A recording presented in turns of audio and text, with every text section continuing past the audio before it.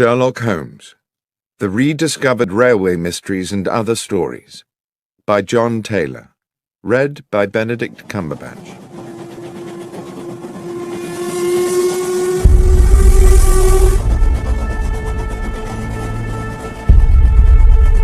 An Inscrutable Masquerade.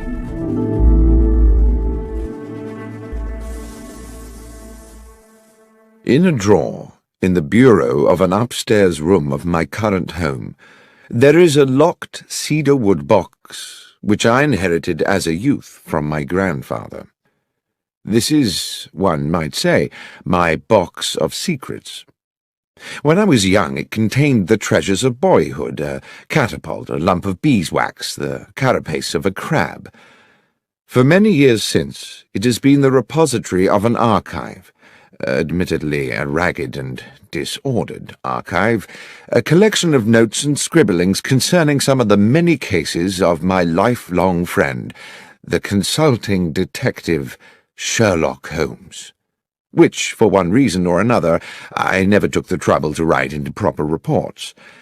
Having had recently a little time on my hands, I reopened this box of yellowing notebooks, and it seemed to me that several of the cases, given the ocean of time between those events and the present day, would now bear telling. And I begin by chronicling an adventure which I may have dismissed for several reasons, not because it lacked baffling and intriguing elements, on the contrary, but mostly, I think, because it was, for me personally, such a dizzying and distressing experience. It was a Wednesday evening in July, at the end of a day of strait-jacketing heat, and I sat next to the open window of our parlour at Baker Street, drinking in the air and hoping for the liberating ripple of a breeze. The newspaper on my lap reported the release from police custody of a known criminal, Tobias Organ, arrested some days previously for the murder of Max Zimmerman, a moneylender shot through the head in his small apartment in Wardour Street. In the end, there had been insufficient evidence to charge Organ with murder, even though the police clearly thought him culpable. Strangely enough, I had once met Organ myself. He had come to me as a patient suffering, as I recall, from a severe lesion to the lower back, which he maintained had been caused by a fall against a metal stanchion, but which I had little doubt was in fact a stab wound.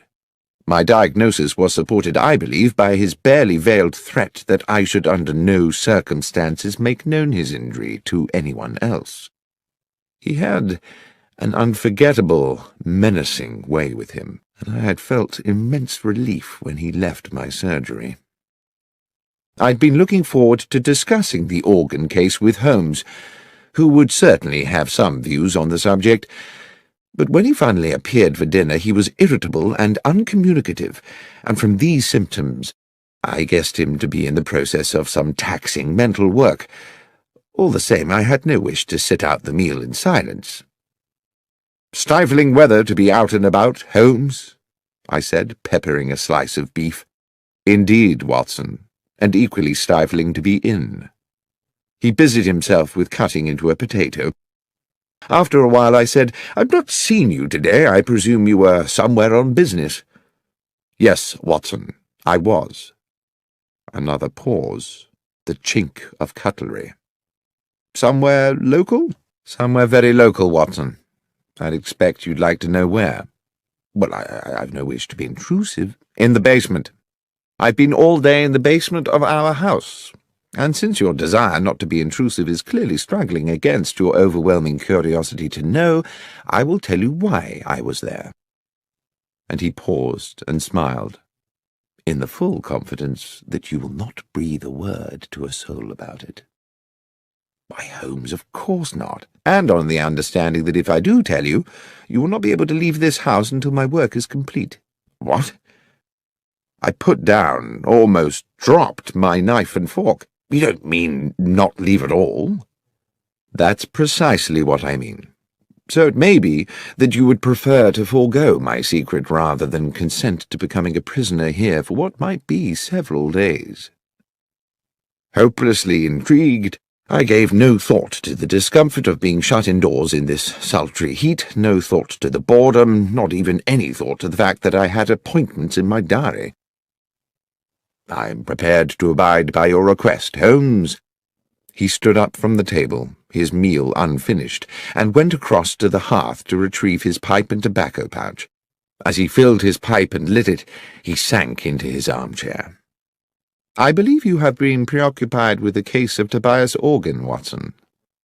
"Yes, it has been on my mind. How?" "You twice left the newspaper open at that page. The moneylender Zimmerman, a legitimate businessman with a wife and young children, was murdered with an army rifle. The police have many reasons for believing Tobias Organ to be guilty of the crime, and one of these is that he owns an army rifle. Organ, of course, denies that his firearm is the murder weapon." "Well, yes," I said, "one would expect he would. But suppose," said Holmes, "suppose there was a science which could with certainty tie a bullet to the gun which fired it." "Well, that would be marvellous," I said. "But there isn't, is there?" "Well, Watson, let us say that such a science is seminal. It is exactly this problem which I am wrestling with at present in the basement of the house. I've set up a laboratory of sorts down there where I can conduct some experiments. Progress is promising, and if the results are as I expect, they will certainly send Tobias Organ to the gallows.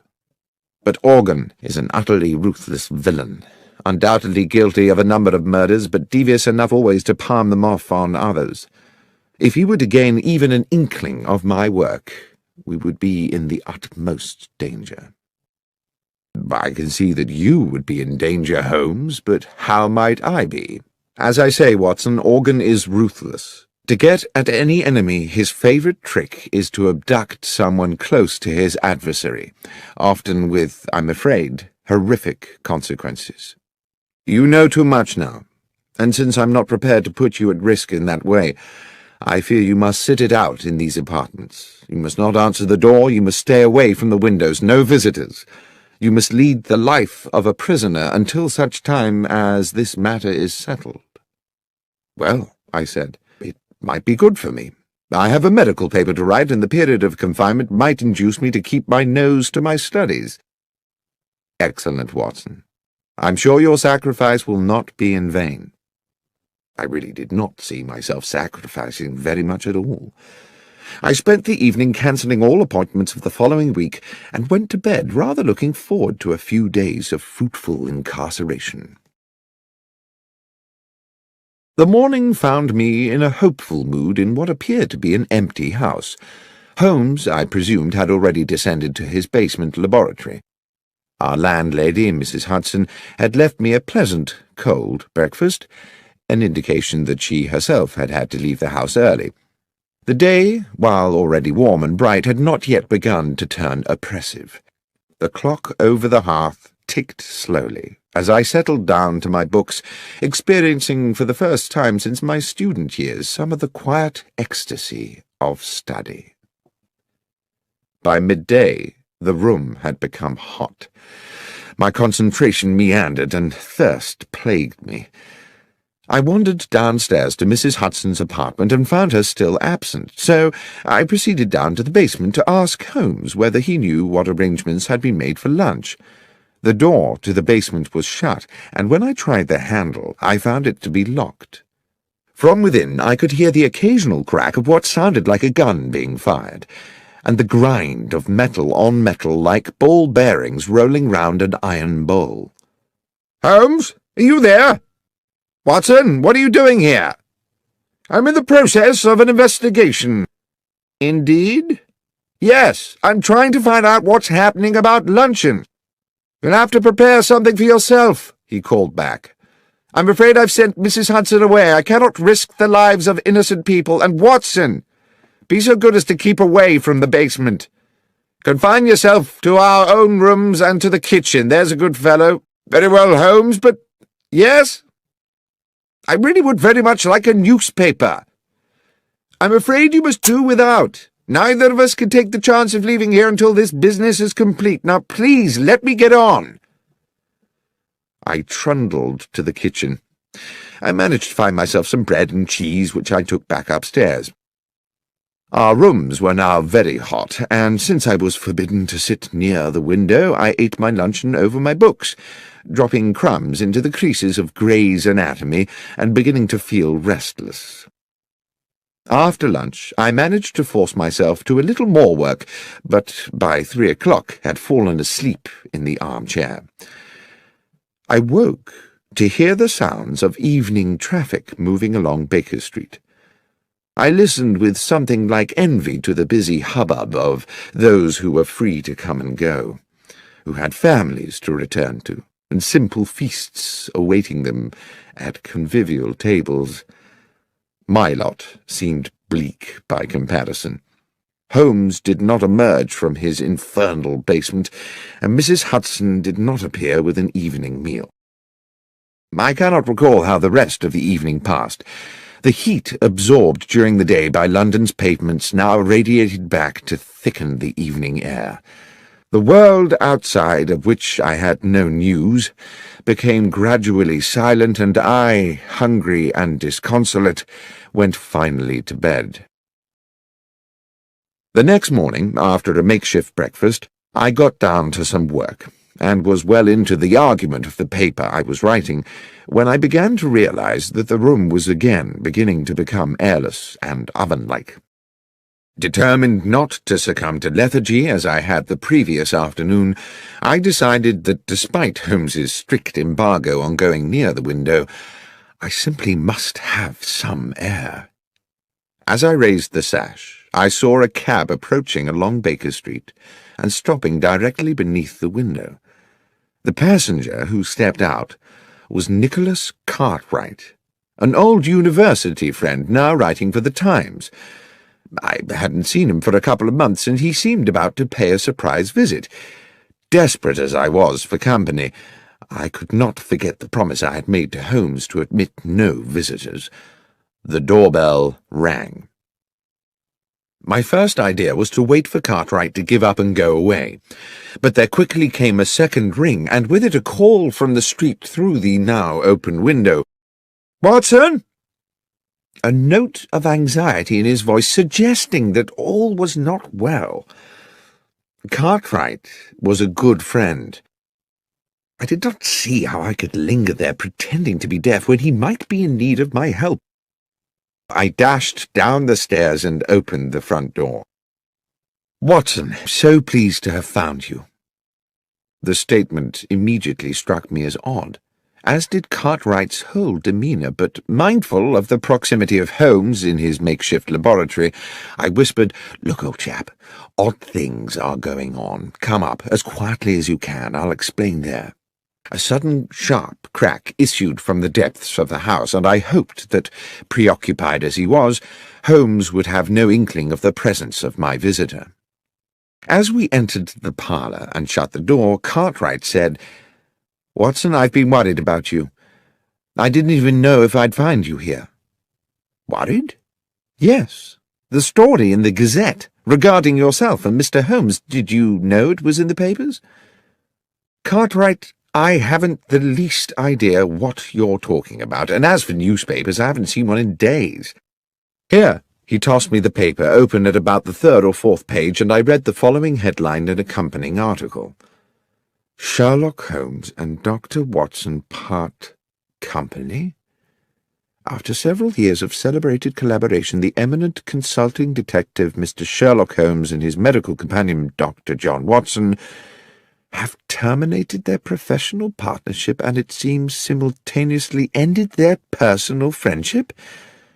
Mr. Holmes said that while he continued to hold Dr. Watson in high esteem and to regard him as a man of exceptional honour and professional competence, circumstances upon which he could not and would not elaborate had made it expedient for them to go their separate ways. There was no comment from Dr. Watson. I stood for a moment, holding the newspaper and averting my gaze from Cartwright. Who had written this? Did Holmes know about it? Was there some truth in it? Was Holmes's exile to the basement a way of keeping me at bay while he found alternative lodgings? "This is today's Gazette?" "Yes, Watson. I see you knew nothing about this." Am I speaking to you as a friend, Cartwright, or as a journalist? Well, I suppose, unfortunately, as a friend, John. I say unfortunately because this is clearly a damn good story. But if you wish to talk to me off the record, so be it. Off the record, then. I know nothing of this, and I don't know whether Holmes has had a hand in it. He's conducting some very secret business at present, and possibly it's connected to that. That's all I can tell you, I'm afraid.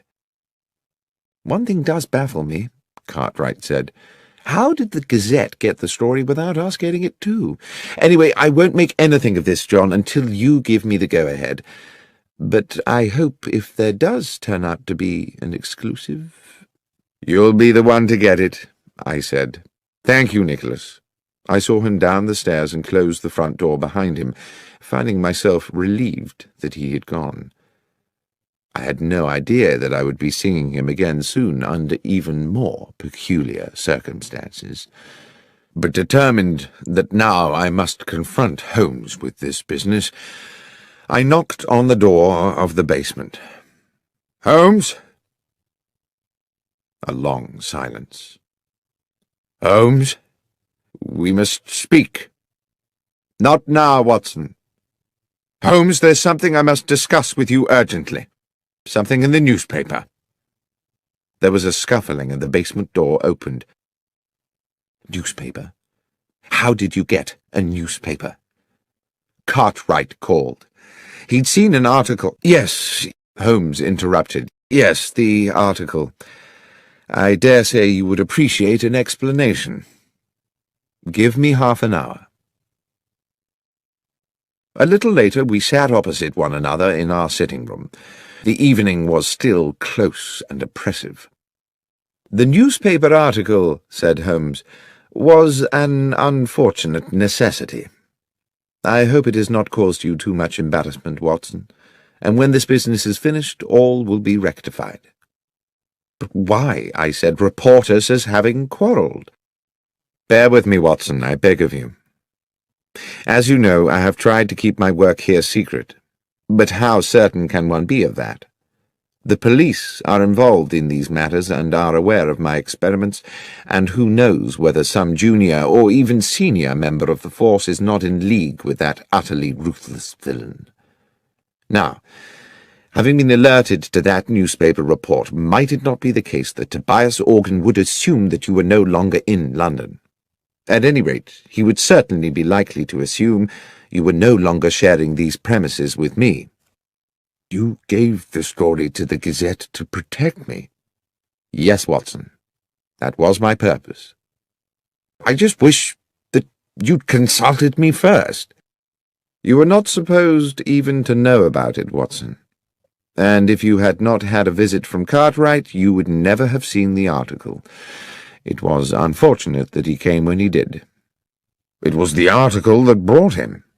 Yes, a miscalculation on my part. Now, it is late, work to do tomorrow, and I must insist on extracting from you another guarantee. What's that, Holmes? That you will not, under any circumstances, interrupt my work again. It's all very delicate, and a disturbance at an inopportune moment could ruin everything. Is that clear? Not under any circumstance.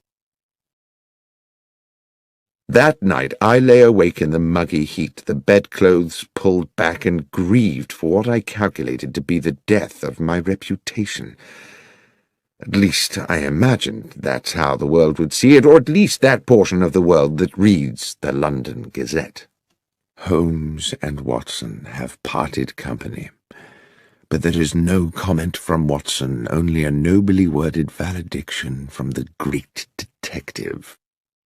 Such bitter thoughts polluted my restless waking and tormented my subsequent dreams. And added to all this, there lay a sense that things were still not clear, that something crucial remained unspoken. I woke early, but exhausted. Without going near the window, I took in what I could of the wakening day.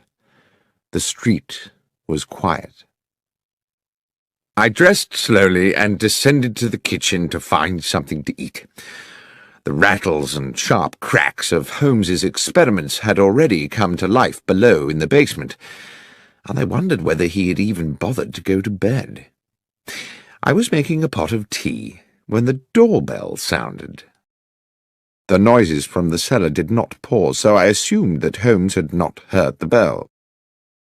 I could see nothing of the front of the house from the kitchen, but after I had taken a few steps up into the lobby, it became clear by means of a side window that the visitor was once again Nicholas Cartwright.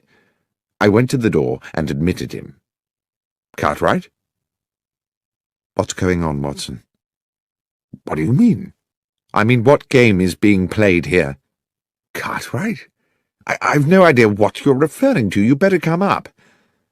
He was, I could tell, steaming with anger, though I had no idea what I could have done to arouse it. He would not sit. He stood with his arms behind his back, a man preparing to deliver an accusation.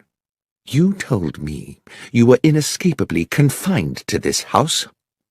"Yes, Cartwright, and so I have been. This is the third day." "Excluding yesterday night, you mean?" "No. I was here yesterday night, too, tossing and turning in my bed at the thought of my ruined reputation." "Watson, see here. Yesterday you prevailed upon my friendship by confiding in me matters which, as a journalist, I considered more than worthy of publication. Had I known that you were deceiving me—" "Cartwright, you have my word I was not deceiving you. I have not left this house since Monday afternoon." "So you have a twin brother?" "No, I do not." "Then please explain to me who was the man outside the restaurant at Marylebone Station at 5 past midnight?" "I take it he resembled me." "More than resembled." "I do hope you're being truthful with me, Watson." I could see that his suspicions were not allayed. I even began to wonder whether my restless period of waking the previous night had itself been a dream, and whether I had been sleepwalking. Such things are possible, I know, and the heat, my fatigue, and the events of the last days had left me so baffled that in that moment of confusion I could not entirely rule it out. "What happened," he said, "was that I was walking through the station concourse when I spotted you by the wall of the restaurant, which by then was closed, talking to a man in a brown felt hat. I would have approached you, but when I caught your eye, you cut me as dead as if you didn't know me, and I assumed your conversation was of some importance. The more I thought about it, the more I thought it was a poor way to treat a good friend." Suddenly the fog in my brain gave way to an horrific clarity. I knew that I must rid myself of Cartwright at once. "Thank you for telling me this," I said. "It is of the utmost importance. But, Nicholas, and I pray you won't take this amiss, I must ask you to leave." "To leave?" "Please. This is a fearfully serious business. There is real danger." "You're not just trying to get me out of the way, Watson?" "That's exactly what I'm trying to do, Cartwright, but for a very good reason. Believe me, you will have your story." "Very well, John. Very well." At the front door he patted me amiably on the shoulder. I shut the door on him and leaned against the wall, trying to get my thoughts in order. Holmes had instructed me not under any circumstances to trouble him again, yet this situation was possibly critical. If Tobias Organ had hired some impersonator to look and sound so like me that even Cartwright, who had known me for years, could be convinced, then Holmes might also be deceived, and then what power they would have in their hands. If I could not speak to Holmes, I could at least alert him by other means. I ran up the stairs with the idea of writing a note which I could slip under the basement door, but as I reached our rooms, I heard a cry from the street. Without thinking, I ran to the parlour window. 100 yards southwards along Baker Street, 3 men were struggling. 2 of them were bundling the third man into a cab against his will. It was Cartwright.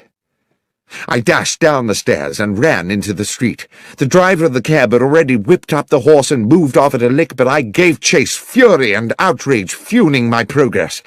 I pursued them for a good half a mile until eventually they outpaced me, and I stood gasping for breath outside St. Vincent's Church. I sat on the pavement. I needed Holmes's help. The transgression of a broken promise was a trivial thing, surely, in the context of this appalling incident. I would go to him immediately. Aware that, in the haste of my pursuit, I'd left the front door of the house open, a new anxiety overcame me. Clearly this kidnap was the work of Organ's ruffians, and who was to say that they would not take advantage of an open door? I trotted as briskly as I could back to Baker Street.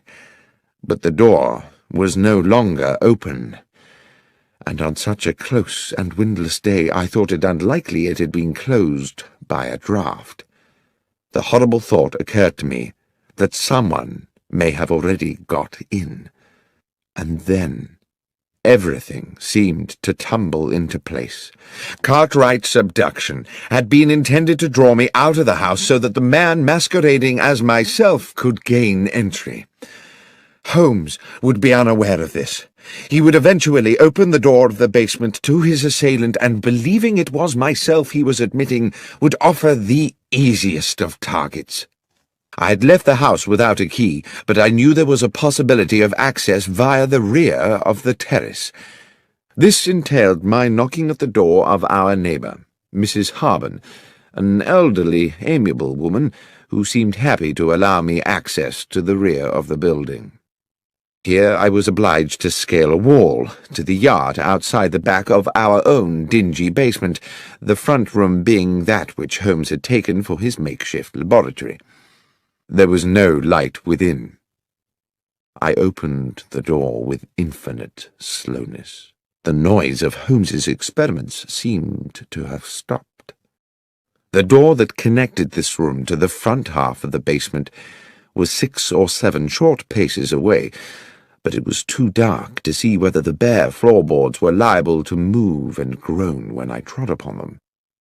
I tested each step before lowering my weight, and moved with the floating motion of a rather overweight pantomime artist. 1, 2, 3. Then there was movement behind me. A hand was clamped across my mouth, and an arm locked around my throat. The grip was expert. I could not breathe or move. The hot breath of my assailant in my ear whispered, "Doctor, do not cry out.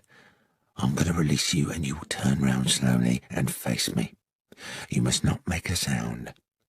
Tap my hand if you understand." I reached up to the hand around my throat, and obediently I tapped it. The arm released me, and as quietly as I could I took a deep draught of air, turning as I did so. "Lestrade!" "Shh! Yes, Doctor. Wasn't expecting you here. Or rather, in a sense I was, but since you are just about to arrive, I wasn't expecting you to come in the back way as well." The policeman smirked at his little conundrum. "Will you explain to me," I began, "what on earth you mean?" "Not now, Doctor," he said. "Glad you're here, though, sir. An additional pair of ears. Up close to the door now, and listen, it won't be long." It was indeed less than a minute before we heard the door from the front of the house opening into the laboratory, and the arrival of what sounded like 2 men. The door was closed with a thump, and a gruff voice said, "So this is it?" "Yes, this is where he's working." There was something familiar about that second voice. "And he won't be back for a while?" "No, half an hour, I should think." At that moment, with a shock, I recognized the other voice. It was my own. I turned to Lestrade again, but he just put his finger to his lips and indicated that I should continue to listen. "So what's the plan, then?" asked the gruff voice within. "To match the bullet that killed Max Zimmerman with the ones from your gun," said my voice. "The police know you killed him, but they need Holmes to provide them with evidence that will convince a jury." Evidently, I thought, The gruff character is Tobias Organ. I heard him pace about, then spit noisily. Zimmerman's not the first one I've topped, and they've never got me yet. They say you only got £4 10 from him. Never you mind what I got. Anyway, I never killed him just for the money. I killed him because he gave me a bad look. He gave me a bad look, and I gave him a bad headache. A bullet right between the eyes. Now, let's deal with this little problem. Suddenly there was a tumultuous crash, as if one of the walls had fallen in. "In we go, Doctor," said Lestrade. He pushed the door hard, and we rushed into the laboratory, where Organ had kicked Holmes's equipment flying in all directions, and where, to my amazement, I saw that he was now being attacked by myself. A perfect duplicate of me cracked him a right hook, then a left hook, and then felled him with a blow to the side of the head. Organ hit the floor like a sack of cabbages. Lestrade was on him in a flash, cuffing Organ's arms behind his back. Lestrade blew his whistle and then proceeded to arrest him. As I stood back to get a better look at my other self, the duplicate doctor put a hand to his own face, wrenched at his upper brow, and pulled and stretched until he had removed his entire face, revealing, beneath the peeling mask, the flaming eyes of Sherlock Holmes. The next moment Lestrade's officers came bursting through the basement door, and Tobias Organ was dragged away. The heat of the day had given way at last to a pleasant evening. Mrs. Hudson had returned to the house and provided Holmes and myself with an excellent evening meal. Now we sat with our brandies, and Holmes with his pipe at the open window, where a gentle breeze lifted the curtains and refreshed the parlour. "As you will have deduced," Holmes was saying, by way of explaining it all to me, "the object of the masquerade was to lure Organ somewhere where we could extract a confession from him by subterfuge." "But your ballistics experiments," I said, "would they not have been enough to convict him?" "It is a science only in the imagination," Holmes said, "and though one day I'm certain it will be more than that, there is much more work to do than I could accomplish in a fortnight. But Lestrade and I agree that if Organ believed himself to be at risk from my experiments, he would wish to destroy them. What on earth were you doing in there, Holmes, if the thing was a complete hoax?" "I'm afraid I did deceive you a little. I was not in there all the time. The mechanism of an old railway clock and a device employing elastic and a drum skin were intended to give the ear the impression of ongoing industry." "Well, it certainly deceived me," I said. "But was it really necessary for me to be incarcerated for the duration?" "I'm afraid so, my friend. If Organ, through one of his spies, had got wind that there were 2 Watsons, the trick would not have worked. What's more, it was necessary for him to believe that you and I had quarrelled, and therefore that the good Dr. Watson might be in the market for a bit of betrayal. Unfortunately, your friend Cartwright saw me meeting Organ's accomplice at Marylebone Station, and almost let the cat out of the bag. It was necessary for us to put him somewhere safe. Lestrade's men kindly subjected him to a temporary and very comfortable period of kidnap." "It was you who had him dragged away?" "Yes. I had not calculated that you would follow him, of course, or that you would be locked out and find yourself clambering in through the back. But it turned out well. You will make an additional witness for the prosecution." "Do you think they'll convict him?" "Oh, yes, Watson. His confession today was as clear as a bell. Tobias Organ will hang. As for you, my friend, I have given you a terrible time, and as a reward, I'm going to take you to the opera." "Tonight?" "Yes, tonight. Gilbert and Sullivan. The Mikado." "But, Holmes, my memory is you don't much like Gilbert and Sullivan." "No, Watson, but you do. And besides, I have to confess to having a soft spot for the Lord High Executioner.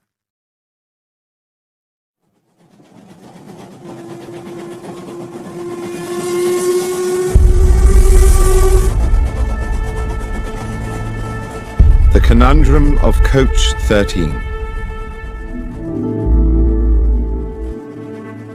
On an October morning, when rain streamed from the black clouds that swept above our Baker Street lodgings, I found my friend Sherlock Holmes in a similarly overcast mood. He had not had a case in weeks, not at least what he called a decent case, and he had been huffing and puffing about the house for 2 days. It was with some relief to both of us, therefore, that we heard the slowing approach of a cab in the street outside, and both moved eagerly to the window. The hansom did indeed stop directly beside our door, and after a moment a large and finely dressed middle-aged gentleman emerged into the downpour, paid his fare, and rang our doorbell. Holmes was smiling. Now, what could make a rich American so distressed, Watson, that he would come pell-mell here to us from Paddington? An American? I said, drawn irresistibly, as usual, into Holmes's tantalizing games. Certainly, and I think a formidable character. And you wish to tell me how you deduce all that, Holmes? I deduce his distress and his nationality from the fact that he just tried to pay the cabby in American dollars before recalling which pocket held his pounds sterling. As for his coming from Paddington, that was the easiest of all, for the driver of the hansom is Henry Brown. I'm surprised you do not recognize him, who always works from the Paddington rank. As ever, Watson, I apologize for the banality of these observations, but you did ask. By now there were footsteps on the stairs, as Mrs. Hudson escorted the visitor to our apartment. While I inwardly delighted to note that my friend had returned to his amiable best in anticipation of a new challenge, I found myself praying that it would be a challenge worthy of his powers and his pent-up energies. No sooner had the door opened than the huge, rotund figure of our visitor, bright in a cream suit, burst into the room like an actor onto a stage, determined to establish his character instantly. "Mr. Holmes!" boomed the American voice as both his arms swept forward to grasp my right hand. "Benedict Masterson! What a great privilege to meet you!" "Delighted. But I am Dr. John Watson," I replied. "This is Mr. Sherlock Holmes." With equally booming apologies, he bowed charmingly to me and turned to my friend. "Ah, yes. Now I see. Unmistakable, unmistakable." The impression given was that he had found the first Sherlock Holmes of his acquaintance a little short of his expectations. "Mr. Holmes, I wish to ask you to act for me in a business both mysterious and distressing." "You had better sit down, Mr. Masterson," said Holmes, "and tell us everything." And having settled his cream-covered bulk into an armchair and accepted a cigar, on which he continued to puff anxiously as he spoke, the American told us his story. "I am a dealer in gold, gentlemen. Gold has been my life. My father owned small mines in Nevada, which gave us a comfortable living. In my turn, through judicious trading, I've made these assets yield a fortune. I came to London last week because your own Bank of England had made an order for a substantial quantity of gold bars to boost its reserves. The bullion was shipped in a Bristol harbour and transferred yesterday onto a chartered London train for transfer to the bank. I have been in London doing the paperwork, of which there is, let me assure you, no small amount. And I went to Paddington this morning to meet the consignment. The train was there, the gold was not." "I see," said Holmes.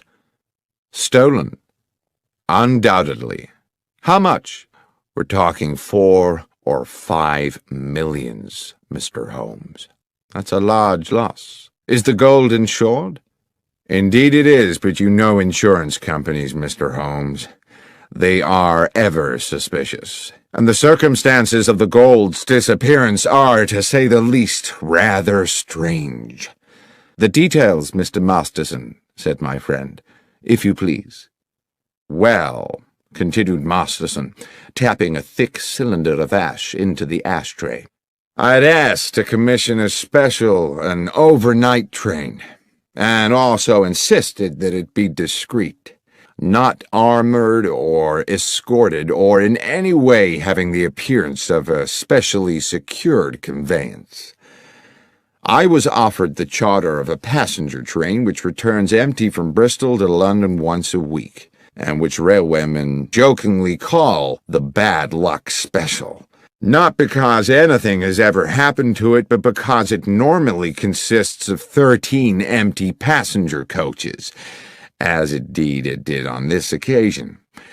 I insisted that the gold be packed in steel containers, each locked with a unique key. You will appreciate that gold itself, gentlemen, is a weighty metal. So each box contained only as many bars as would enable the containers to be carried. In order to prevent the possibility of them being removed from the moving train, I ensured that while they were small enough to go through the open carriage door, they were too large to pass through the windows, even with the windows slid down to their largest aperture. I then arranged for the doors of the bullion carriage to be locked from the outside so they could not be opened until the train reached London. The train was empty then, apart from the driver and fireman of the locomotive? No, Mr. Holmes.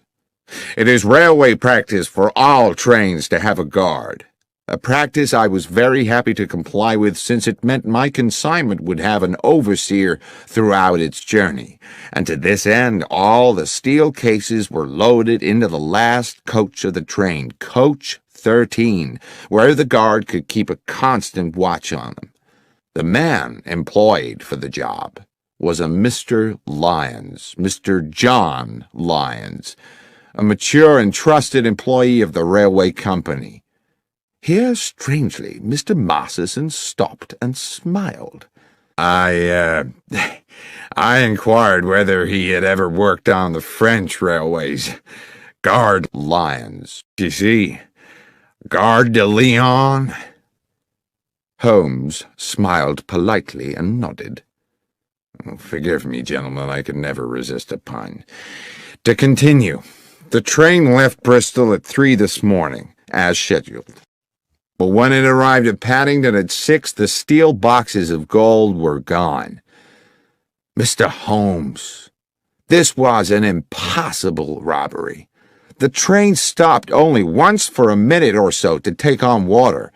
Hardly time to unload a single box of bullion, let alone 100 of the darn things, weighing in at 150 pounds apiece. And the guard? Asked Holmes. Lyons claimed that he fell asleep somewhere into the journey and woke to find the bullion disappeared. He's being held at Paddington along with the driver and engineer, but all ardently protest their innocence. And with regard to other suspects, can you think of anyone in your organization who might feel inclined to take advantage of you? Masterson pinched his lips and looked embarrassed. Well, if I may confide something to you in the strictest confidence, my estranged wife, Laura, still has shares in the company. She believes that she should have more. There is, some bitterness in this regard. However, I know Laura well enough to doubt that she is a thief. My friend simply said, "Thank you, Mr. Masterson. I will certainly take the case on. Would you be so good as to wire Bristol and inform them that Dr. Watson and I are on our way?" "I will, sir. You mean to go there today?" "Indeed, yes, as soon as I have made a check or two at Paddington Station." "Well, I surely thank you. I can think of no better hands in which to leave the case of the Bad Luck Special than those of Mr. Sherlock Holmes! Holmes did not smile. "I never leave anything to chance, Mr. Masterson. Perspicacity and reason are the tools I employ." "Forgive me, Mr. Holmes. As I say, I am fatally attracted to puns." "We will keep you in touch," Holmes said, "with all developments." Within half an hour we were at Paddington, but before boarding the Bristol train, Holmes wished to make certain that the so-called bad luck special was secure. The train had been shunted into a siding, and we were relieved to find that police responsibility for the case had fallen to Inspector Stanley Hopkins, a young but ambitious detective with whom Holmes and myself had had numerous dealings in the past. Hearing that we were being engaged by Mr. Benedict Masterson, the inspector agreed to watch over the train and make sure it remained undisturbed until our return to London. It was still raining when we arrived at Bristol, where we met the station foreman, George Willits, an amiable man in his 50s, who gave the comforting impression of having been in his job for a lifetime and knowing the whole business inside out. Willits had been on duty the previous night and took us directly to the goods platform from which the bullion train had left. Though he did his best to be of assistance, he looked painfully weary. "I apologise to you gents for my appearance," he said, "but I was on night shift last night seeing out the special. I was just about to go off when the message came from London about the theft, so I've not yet been home to bed." "We won't keep you long, Willits," Holmes said. "I understand you were here when the bullion boxes were being loaded." "I was, sir. I supervised them myself. Watched them being lifted into the guard's carriage at this very spot, before I sent the signal to bring in the rest of the train." "The guard's coach was not connected to the train while it was loaded." "That's right, sir. The rest of the train was shunted out of the siding and coupled up just before she was due to leave." "And who brought her in?" "Tommy Marriott, the engineer, and his fireman Pat McGlinchey." "Old hands?" "Not quite so much a fixture as myself, Mr. Holmes, but they've been around the best part of 10 years. They're sound men." "Good. Now, if you'll bear with me a little longer, Willits, I'd like to ask you a little more about the gold itself. How many men were involved in loading the carriage?" "Well, sir, it was quite some operation. It took 4 men to load each box, 2 inside the carriage, 2 outside. Damn heavy things, if you'll excuse me, sir. Over 100 weight apiece, and damn awkward squeezing them through them narrow doors. It was a hell of a job." "And how long would you say the whole business took?" "It was about midnight when they started, and about 2:15 by the time they finished, so almost 80 minutes. "And after it was loaded, was there any delay before departure?" "No, sir. The rest of the train, as I say, was reversed in from the siding. John Lyons, the guard, got aboard, and the door of the guard's coach was locked from without, sir, as per our instructions." "One final question, Willits, if I may. I'm informed the train stopped en route." "Yes, sir. She was scheduled to hold up for a minute or so at Swindon to take on water." "It stopped for no longer than that, and at no other time?" "No, sir. The signalman would know for sure if she'd been held over for more than a minute, and that's already been checked." Holmes seemed to pause for a moment while he considered all this information, and then he said, "Willits, I am most grateful for your detailed and, I have no doubt, accurate recollections. Now, if you will excuse us, Dr. Watson and I will take the next train back to London and leave you to go home and get some sleep." Inspector Hopkins was at Paddington when we arrived, and Holmes immediately requested that he arrange for us to speak to the railwayman who had commandeered the bad luck special on the previous night, Marriott and McGlinchey, the engineer and fireman, and the guard, Lyons. In a dark office of the railwayman's quarters, on one of the grimmer outer platforms of Paddington Station, the 3 men sat disconsolately on rickety wooden chairs. It occurred to me that they had by now been detained in this dismal place for several hours, and when Holmes and I were introduced to Lyons, He barely had the energy to nod to us, but he did speak, his words almost drowned in the muffler which half covered his mouth. "I dare say you think me a thief, Mr. Holmes, from what you'll have heard. I'm not, sir, but what I have done is derelict my duty, so maybe I deserve what's coming." "I want to assure you, Mr. Lyons," Holmes said, "that my intention here is to uncover the truth, and uncover it I will. If you are, as you say, innocent of any crime, you have nothing to fear from the law. But tell me how you think you failed in your duty." "Well, I were meant to keep me eye on the shipment, sir, weren't I? But I fell asleep. It's not something I make a habit of, but this time I did." "And woke to find the bullion gone?" "A nightmare, sir. I suppose I should have stopped the train with a pull cord, but I was in a bit of a daze." "How long do you think you slept?" "I thought about that, sir. I remember us passing through the White Horse Valley just before Swindon, and when I woke up, we were about 10 miles out of it and past the Lumsey Water Tower." Holmes looked towards the fireman McGlinchey, a plump man with rich black curls. "When you stopped to fill the tank, did you notice anything odd?" "No, sir. It was a dark night, and there were no lights there save the fire from the boiler. You couldn't see 20 feet beyond the train." Holmes turned back to Lyons.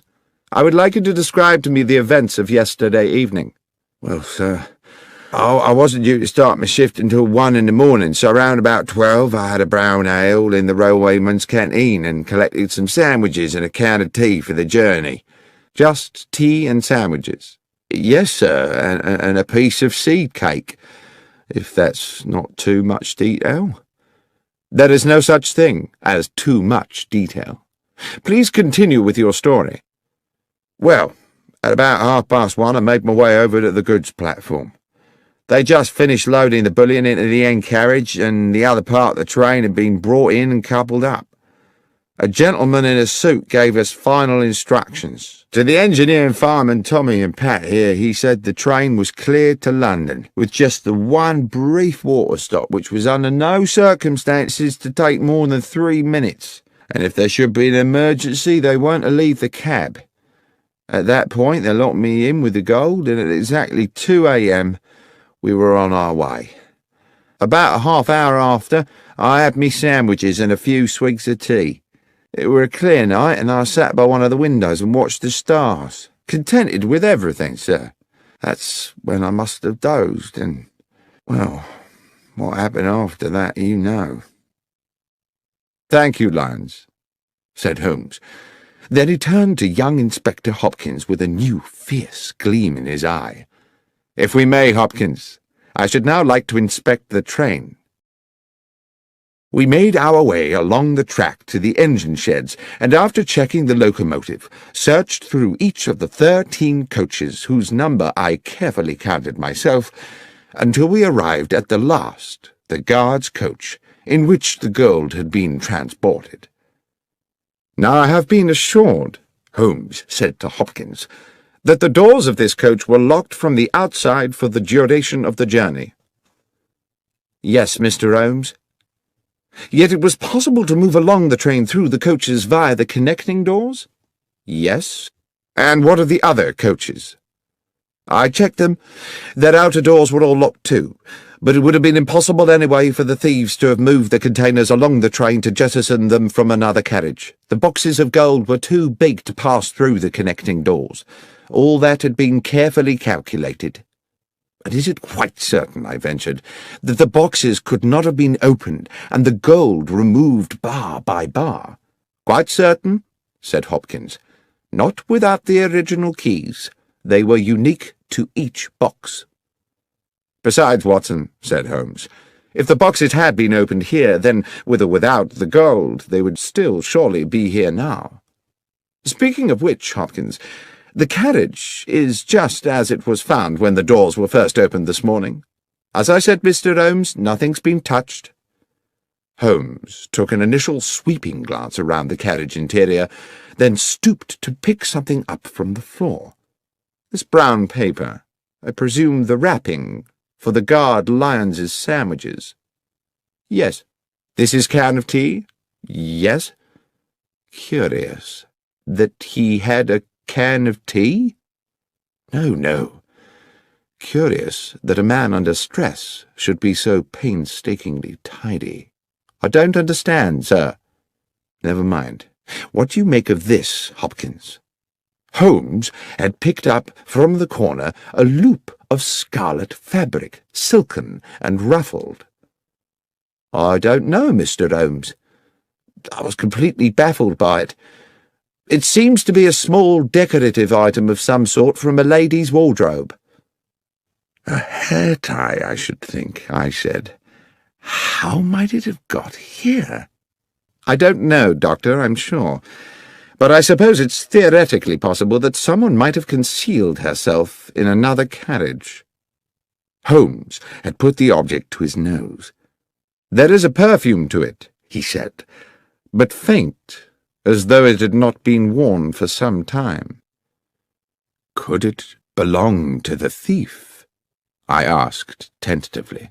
Possibly, said Holmes, though I think that might have been a thief too many. He stooped to replace the scarlet fabric on the floor of the carriage. I think we are close to a conclusion, Watson. Hopkins, I should like to talk to the guard Lyons again, and to the driver and his fireman. Please make sure that there is at least one other police officer present, and we must be sure to invite Mr. Benedict Masterson to our little denouement, since he's been kind enough to pay the fee for this investigation. By the time Masterson arrived, the clock was approaching 9, and we sat in the old mess-room bathed in dingy yellow gaslight. The rain rattled ceaselessly on the roof and windows, and, when we were all assembled, the 3 weary railwaymen, along with Benedict Masterson, Inspector Hopkins, a junior officer, and Holmes and myself, the gathering became hushed and expectant. Masterson said, "Well, this has certainly been a baffling business, Mr. Holmes. But I assume we're here because you've picked up some clues along the way. You are certainly a man equal to his reputation, sir. The inspector mentioned a red silk trinket of some sort." "Yes," Holmes said. He produced the item from his pocket. "This piece of perfumed fabric. The clear message is that someone was concealed in the carriage with the bullion." "I see. And moreover," I put in, "that the concealed person was probably female." Masterson appeared a little shaken. "Female, you say? Oh, dear." "If I may," said Holmes, "we will return to that later. Mr. Lyons, let us revert for the present to the subject of your sandwiches." "My sandwiches again, sir?" "Indeed. The sandwiches you took on board the train last night, together with the seed cake and the can of cold tea. You say you ate them just before you fell asleep." "Yes, sir." "You ate the sandwiches and the cake, you dozed off, you woke up again, and the gold was gone." "Yes, sir. That's how it happened." "And when you came round and realized the gold had gone, you say it was like a nightmare." "Yes, Mr. Holmes." "You were very agitated?" "I certainly was. Too agitated, I expect, to sweep the floor of the carriage." "To what, sir?" "I presume you did not sweep the floor of the carriage at that point, in that disturbed state?" "No, sir, I didn't. With respect, sir, that's not my job." "Quite. One wouldn't expect you to, which makes it very difficult to explain why, when I examined the guard's coach this afternoon, I found not a single crumb on the floor. Now, can anyone here tell me how it's possible to eat several sandwiches and a slice of seed cake without dropping a single crumb? Or, come to that, a single seed?" "I promise you, sir, what I said about my supper was true. I remember exactly what I brought and exactly what I ate." "I have no doubt of that, Mr. Lyons." "Then what, sir?" "My point is merely that you were obviously not in coach 13 when you ate the sandwiches?" "On my honour, Mr. Holmes, I swear I was." "Oh, you were in a carriage, certainly, but you were not in the carriage in which your sandwich wrapper was found. The coach where you ate your supper, the coach with the bullion, never made it to London." "Mr. Holmes, this is confusing," began Masterson. Holmes interrupted. "On the contrary, Mr. Masterson, it's very clear. The coach containing the gold was uncoupled from the train when it stopped for water, run into a siding by those awaiting it, and unloaded of its cargo at their leisure during the night. It was a perfectly dark night. There was no moon, so the railwaymen, as Mr. McGlinchey here has recently confirmed, could, from the water pump, see nothing of what was going on at the back of the train." "But, Mr. Holmes," said Inspector Hopkins, "the bad luck special has 13 coaches. Everyone knows that. And you will no doubt yourself have noted that we passed through exactly 13 coaches in our inspection of the train this afternoon." "Oh, it has 13 coaches now, of course, Inspector," Holmes said. "And it only struck me after we had left Bristol and its pleasant station-master Willets that he had described to us in detail his whole engagement with the loading of the gold and the departure of the train without once mentioning that he'd counted the coaches before the train left. The fact is, he didn't count them. He didn't think he needed to. The bad luck special had always consisted of 13 coaches. He wasn't to know that your accomplices at Bristol had added an additional coach to the train before it was attached to the coach carrying the boxes. A coach with its seats stripped out to make it practically identical to the bullion car. On that one night, the bad luck special had not 13, but 14 carriages. When the train stopped to acquire water, it simultaneously shed a coach. And it very nearly," he continued, turning back to Lyons, "shed a guard, too. You're a very fortunate man, Lyons." "I don't feel fortunate, sir." "Your good fortune is that you are still alive, and that in turn is because you were fortunate enough to fall asleep. Imagine if you had not. The train stops. The thieves uncouple the rear coach with yourself inside it. As soon as you see them, you become a risk to them. There's no telling what they might have done. What I believe actually happened was that as they were releasing the carriage from the train, someone noticed that you were asleep inside. They took the opportunity to move you into the next coach, along with your tea can and sandwich wrappings. You may be thankful you did not wake at that moment."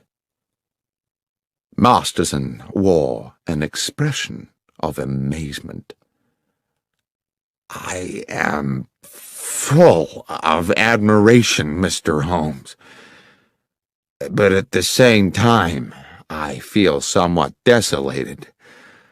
This clearly means that someone in my organization has betrayed me." "Which brings me back to the ring of scarlet silk discovered in the carriage. Certainly an intriguing adornment to the problem," said Holmes. "It could indeed signify the presence of a woman." "But there is the mystery," I said, "of how she got there, or what she might have done." "I think, however," said Holmes, "that is a mystery with a simple solution." At this point, Masterson appeared rather tragically stricken. "You're thinking—" "Yes," said Holmes. "You're thinking that my estranged wife, Laura— Dear God, that foolish woman—" "Oh, come along, Mr. Masterson. You know full well your wife had nothing to do with it. There was no one aboard the train save the 3 men here, driver, engineer, and guard, and none of them had anything to do with the robbery." The 3 railwaymen looked at one another as though they had suddenly had revealed to them their entitlement to a joint fortune. "As for the thieves," said Holmes, "they are to be located somewhere nursing a hoard of bullion, apart, of course, from their paymaster, who is sitting here with us. Is that not so, Mr. Masterson?" Masterson blustered and steamed. He was outraged. This was absurd. "How dare you, sir? What evidence have you for such an outrageous suggestion?" "I had misgivings from the beginning. I could not understand why you came to me so quickly after the theft had been discovered when you had so much else to deal with. I see now that you were at pains to demonstrate to the insurance company that you were doing all in your power to recover the bullion because, of course, if you could have both the gold and the insurance money, you would have considerably augmented your fortune. But worse still, what your partners in crime would have done to Mr. Lyons, had he not had the good sense to fall asleep on the job, hardly bears thinking about. You were prepared not just to steal, but to be an accessory to murder." "This is speculation, Mr. Holmes. This would not stand up in court. You should be looking for another felon. What about that red silk ring?" "Ah, yes. You've been very subtle about that, Mr. Masterson, suggesting your wife's name one moment and the next assuring me that she could not possibly be implicated. I doubt whether you thought she would be, but you certainly sought to throw me off the scent. What was that item, if not a red herring? And is that not, for those who like to play games with words, another way to say, a red herring? What fun you no doubt planned to have with that joke, Mr. Masterson, had you got away with this business. Now it seems the joke is on you. That was one pun, Mr. Masterson, which you would indeed have done better to have resisted." But whether justice was fully done is a moot point. In expectation of reducing his own sentence, Masterson eventually divulged the names of his accomplices and led police to the embezzled bullion. And although he was committed to prison for several years, it was clear that once his sentence was served, he would continue the life of a wealthy man. "I can't understand," I said to Holmes a couple of evenings later, "why you seem so damnably happy." "A man is never more content, Watson," he said, "than when doing well what his nature has fitted him to do. On which thought, will you pass me the tobacco pouch? I think we should indulge ourselves in a brace of good pipes."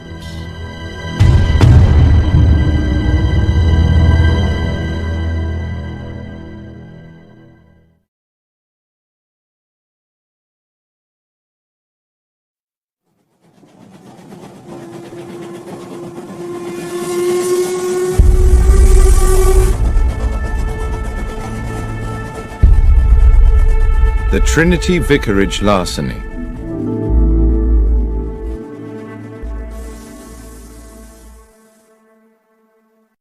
One fine spring morning, Sherlock Holmes and I received into our rooms a portly gentleman in a purple dress. That at least is how it momentarily appeared to me as I glanced up from the Daily Chronicle at the open door. The purple gentleman, it transpired, was the Right Reverend the Lord Bishop of Kent, an old acquaintance of Holmes, and he had brought with him, as so many of our visitors do, a problem that was clearly causing him some agitation. Mollified a little by coffee and a cigar, Bishop Spriggs needed no prompting to divulge his story. "The nub of my problem, gentlemen, is an unfortunate young priest. A young man of promise and talent, very popular with his parishioners, who has inadvertently got himself into deep water." "Intriguing," said Holmes. "You may recall," the clergyman continued, "that Trinity Church in the Kent village of Hatchingham was last year in the news because of an exceptional discovery." "Of course," I said. "A silver chalice of considerable worth was discovered in the crypt." "Yes, Dr. Watson. A magnificent medieval relic, the so-called Hatchingham Grail, weighing some 22 pounds. With my approval it was sold to the British Museum, with the idea that a good portion of the proceeds would go towards restoring Hatchingham Church. The Reverend Kingsley, pending the beginning of the building work, had locked the money up in the church crypt. It was stolen yesterday. Holmes, you can imagine what an outcry there'd be if this found its way into the papers. It would be bad for Kingsley and the Hatchingham parish, and goodness alone knows what it would do for the reputation of the church. At any cost, the money must be recovered and the thief put away. And I mean any cost, Holmes. Let us not concern ourselves with fees just yet, Holmes said. Are there any clues at all as to who might be responsible for this theft? I'm not sure about clues, replied the clergyman. Kingsley did make some sort of an attempt to discover the identity of the villain by chasing him over the fields after the theft, but I'm afraid he didn't get very far.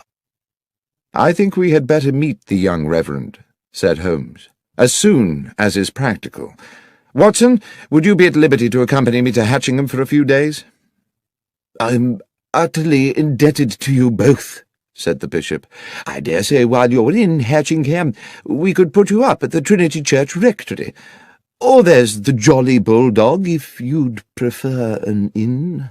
Ah, said Holmes, the Jolly Bulldog. Now that sounds like just my kind of animal. We journeyed to Hatchingham the next morning and established ourselves at the cosy but crumbling hostelry that was the Jolly Bulldog.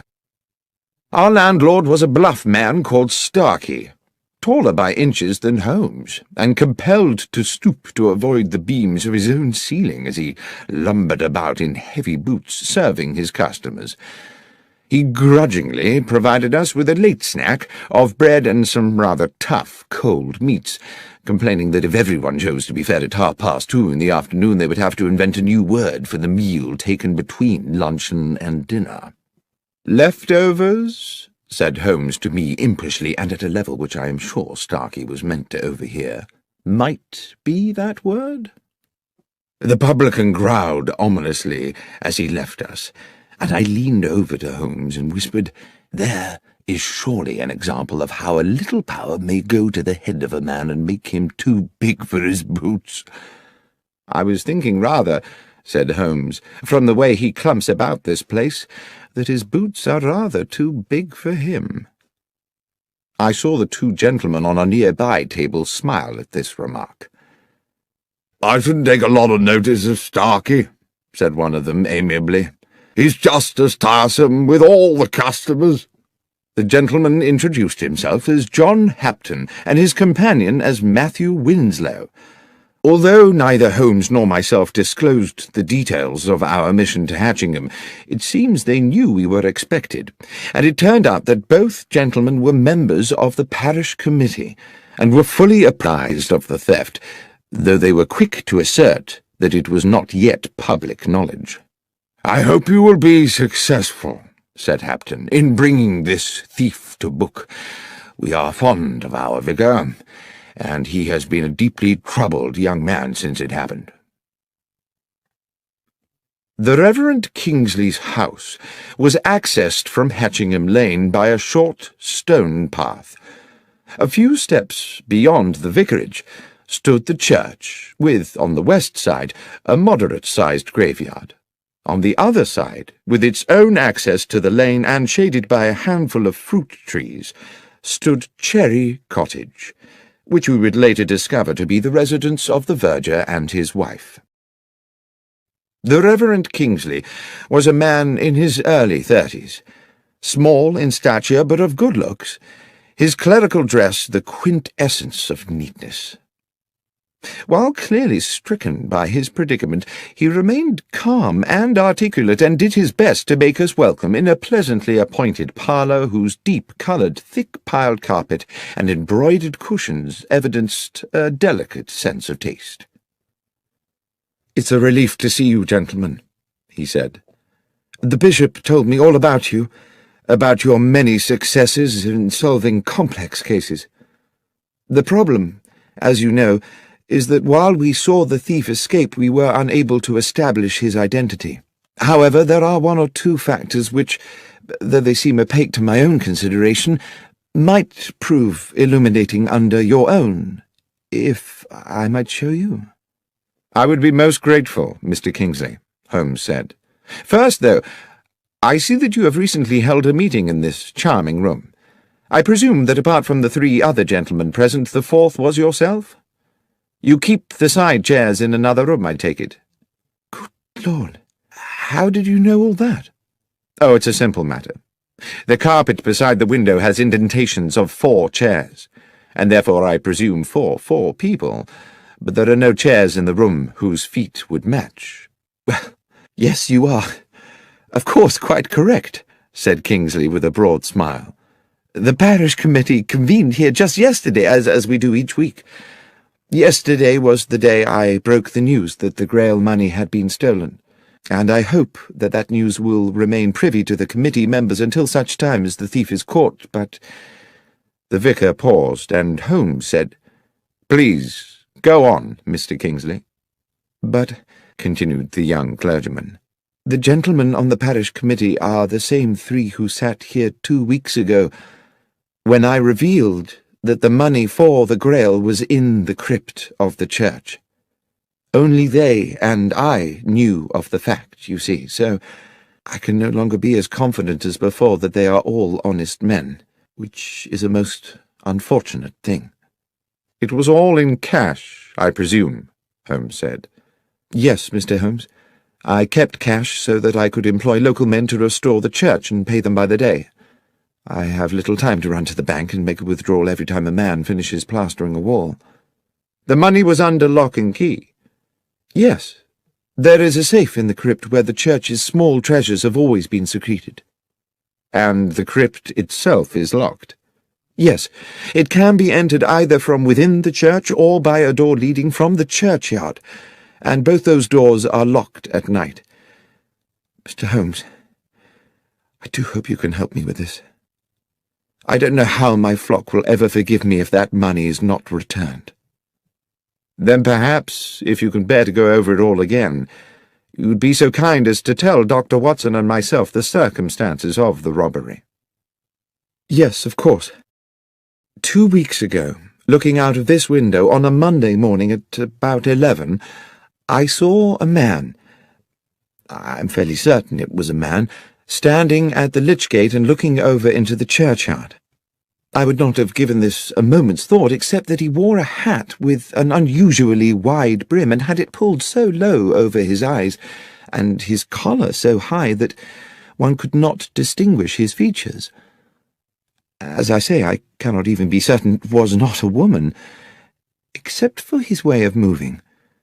I watched him for a good 10 minutes before he turned and strode back along the lane towards the village. That same afternoon, this time from an upstairs window, I saw him again, but now further along the lane, standing under a tree and once again seeming to study the church and its grounds. His contrived anonymity naturally put me on my guard. In the evening after those first 2 sightings, I was sitting in that very chair, Dr. Watson, which you are currently occupying, when a thought hit me like a bolt of lightning, a thought which you no doubt will be surprised had not occurred to me earlier, that this stranger might have designs on the money in the crypt. After this alarming epiphany, I spoke to my verger, Sam Manners, and his wife, May, who keep house for me. They live in Cherry Cottage, which, as you will have seen, stands on the lane beside the church's lich gate. There's a short cut from their back door to this house, which they employ when they wish to see me. I mention that because, as I think you will agree, it bears upon the matter. I asked them to report to me if this sinister figure, or anyone else unknown to them, appeared in the vicinity of the church, and indeed it seems as if the man in that hat had begun to watch my whereabouts, because first May Manners, then her husband, reported to me that they had indeed seen the man in the hat. I began to feel that an attempt on the money was imminent. I resolved then to remain in the vicarage or the church grounds until I was certain that the threat had passed. I instructed Mr. and Mrs. Manners that if they saw the stranger again, they were to take the short cut to my house and inform me immediately, but they were under no circumstances to approach him. And now we come to the day of the theft. Sam Manners was whitewashing the walls of the church. At this point, Holmes stood up. "I think it would be as well, Mr. Kingsley, to acquaint ourselves with the geography of the church and its grounds. Might we continue outside?" A rapturous afternoon of sunshine and birdsong greeted us as we left the vicarage and walked out into the churchyard, where the Reverend Kingsley commenced our guided tour. I immediately began to locate us on a mental map of Hatchingham village and its surrounding areas, a practice I learned in my military days and which has served me well in civilian life. I could see in my mind the large oblong of farmland, about 2 miles across, with Hatchingham village and the church almost at opposite corners. This substantial area of land was surrounded on all 4 sides by public roads. Mr. Kingsley took us through the grounds on a grassy path which ran along the side of the church up against the gravestones of the churchyard. "This is the wall of the church Sam Manners was painting that morning," said the vicar. "He worked for a couple of hours, and at 12 o'clock I sent him off to his cottage for his regular midday meal. I went back into the vicarage and took up a book. After about 20 minutes there was a knock at the back door. Mrs. Manners was in a frantic state. She and Sam had just seen the man in the white-brimmed hat going into the churchyard. I told her to return immediately, and to tell Sam to meet me here at the crypt door, and I came here directly to find myself staring at a spectacular mess." He pointed to a flight of 4 steps just off the path, leading to a door low down in the half-painted church wall. "The door to the crypt," he said, "from which the thief must have made his exit, and not expecting to encounter a paint bucket, presumably kicked it flying in his haste to escape." A residual expanse of powdery white, still damp in places, stained the flagstones at the bottom of the steps. "Sam was with me within seconds," continued the vicar. "We could see nobody, but we soon guessed which way he'd gone. If you'll follow me, gentlemen." The vicar led us a little further along the grassy path, to where the churchyard ended in a wooden fence. Set into the fence was a stile leading on to a footpath. "That," said the vicar, "was his escape route." Beyond the stile, the ragged footpath traversed the meadow through weeds and rough grasses, stretching away into the distance. Along this narrow track could be seen intermittent blobs of white. "And I suppose the presumption would be," said Holmes, "that the trail of white paint marks are the fleeing man's footsteps." "Yes, exactly. Obviously our man escaped across the field to Harding Lane, Mr. Holmes." My companion nodded. He stopped at the stile. "There are 2 white handprints here," he said. "A right hand and a left hand. The fellow was in some haste, as indeed one would expect." Holmes crossed the stile athletically and walked a little way into the field. Bending down, he examined one of the white marks, then plucked up a handful of grass and returned to us. "Thank you, Mr. Kingsley. I think I've seen all I need to here. Is there anything else you think might help us?" "Yes," said the vicar enthusiastically. "Back at the house." Holmes requested that Sam Manners and his wife join us in the vicarage, and a little afterwards in Mr. Kingsley's kitchen. Mrs. Manners set herself to the task of making us all tea, while Holmes paced the stone floor slowly. I sat at the kitchen table with the vicar and Sam Manners, a ruddy man in his early 40s, whom Holmes was now addressing. "So, Mr. Manners, you are the only person to have caught a glimpse of the man in the hat on the day of the robbery?" "I believe so, sir. I was at the window taking my lunch. I saw this feller in the big hat looking up and down the lane a few times as if to check all was clear, then enter the churchyard. Straight away I said to Mrs. Manners to go by the back door and tell the vicar, And you yourself waited in the cottage until Mrs. Manners returned? I did, sir. For how long? Not more than 2 minutes. She told me the vicar wanted me to meet him out by the church. I dashed right out.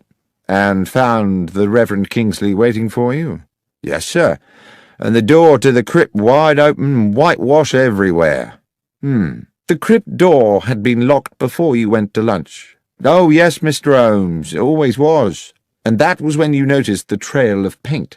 Exactly, sir, and set off to follow it. You must have only been a short way behind the thief.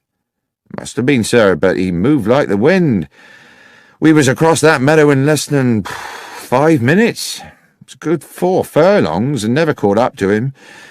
But what we found at the opposite side clinched it.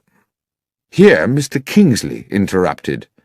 "Sam means this," he said, and produced from a drawer a wide-brimmed black velvet hat, inexpensively made, and in shape rather resembling the sort of thing one sees worn by picadors in pictures of bullfights. Holmes took the hat and turned it around in his hands. "It was me found it, sir," said Manners. "I was running a bit ahead of the Reverend, hoping to catch up with our thief, and as soon as I was over the stile I saw it in the grass by the road, just where I suppose it had fallen from his head." "Well," said Holmes, "while I cannot see yet how that will help us, with your permission I shall take it away with me." "Of course," said the vicar.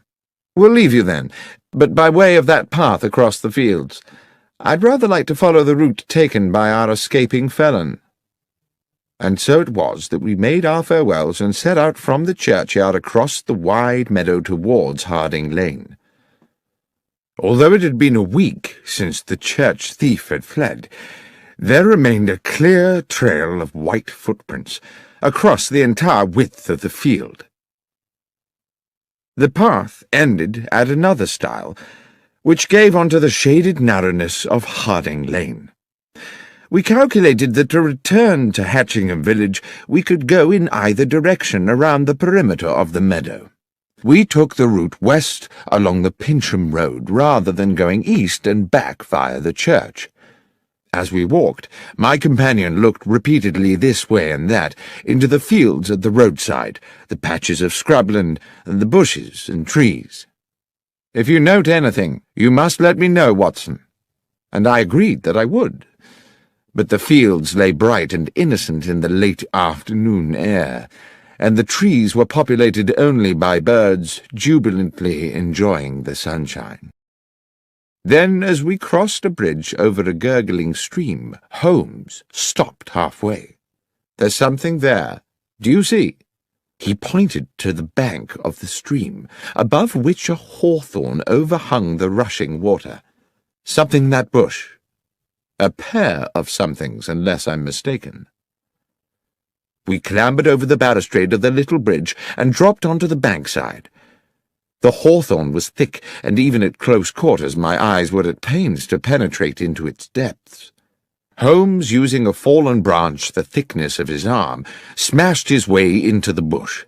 His soft cry of triumph told me he had found something, and he reached in and retrieved in one hand a large pair of leather boots. "What do you think, Watson? Is this or is this not the footwear of our thief?" "They're certainly large, those of a very big man, I should say, and there are white marks on the soles. Should we see how they fit those prints on the church meadow?" "I think we can assume that much, Watson. But what would induce the villain to jettison his boots here?" "Perhaps," I said, "he thought he was still being chased, and knew that if he were caught wearing them he would be recognized straight away." "Equally suspicious if he'd been found with no boots at all," said Holmes, "though I suppose he may have carried a spare pair of shoes with him. Watson, it is fairly clear to me the thief is a local man. Why, unless he feared to be recognized, would he indulge in such an elaborate disguise? Let us go back to the Jolly Bulldog. That, after all, is where the locals like to congregate." In fact, on our return to the inn, we found John Hapton and Matthew Winslow, the parish committee men we had met earlier, having returned to, or perhaps never having left, the same table. As we sat down, Holmes placed beside him on the floorboards the pair of boots we had found in the hedgerow, causing the two gentlemen to look at them inquisitively. When Starkey, the landlord, arrived to serve us, the first thing he said was, "Your boots, gentlemen?" "Not ours," said Holmes. "We found them in a bush in Harding Lane." "Strange what some folks'll throw away," said the publican. "They looks in prime order to me." "Hardly been worn," Holmes replied, and then he asked, "Would these boots fit you, Mr. Starkey?" And seeing our companions on the nearby table watching, he added, "Or either of you, gentlemen?" "Not me, sir," Starkey replied, rather more amiably than I had expected. "I know my boots look weighty, but my feet ain't so big as you might think. It's just I'm subject to blisters." "But you find big boots help your blisters?" I asked, my experience of patients suffering with that condition telling me the opposite. "No, sir. To start the blisters, I need to put on 3 pairs of thick hose, so I always gets my boots well over my proper foot size." Then, rather sardonically, he said, "Thank you, though, for asking, sir."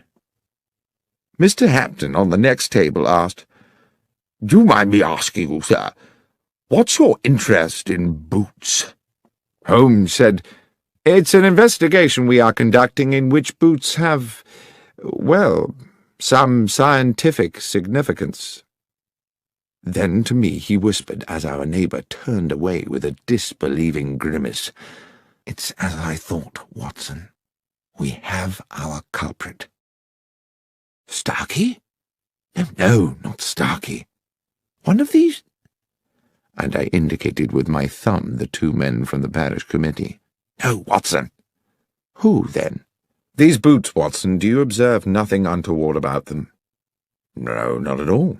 They're practically new. They're of a large size. Apart from that, they are undistinguished." "On the contrary, my friend, I would say they were distinguished by a lack of paint." "I beg your pardon?" "I mean, Watson, that there are white marks on the soles, to be sure. But tell me, pray, how a man with his hands covered in whitewash could have unlaced and removed his boots without leaving marks on the laces?" "I don't know," I said, "but it would be a singular coincidence if someone completely innocent had jettisoned a pair of boots with paint on the soles."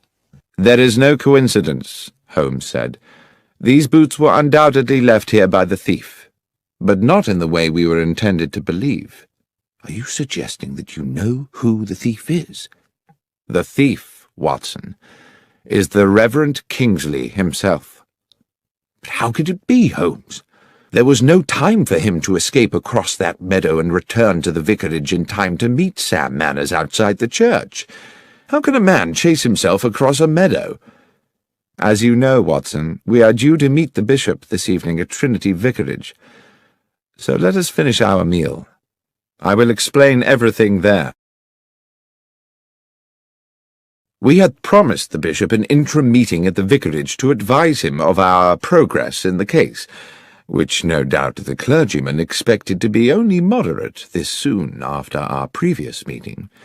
But we had hardly settled to our sherry in Mr. Kingsley's comfortable parlour than Holmes declared dramatically, "You will no doubt be delighted to know, gentlemen, that Dr. Watson and I have solved the case."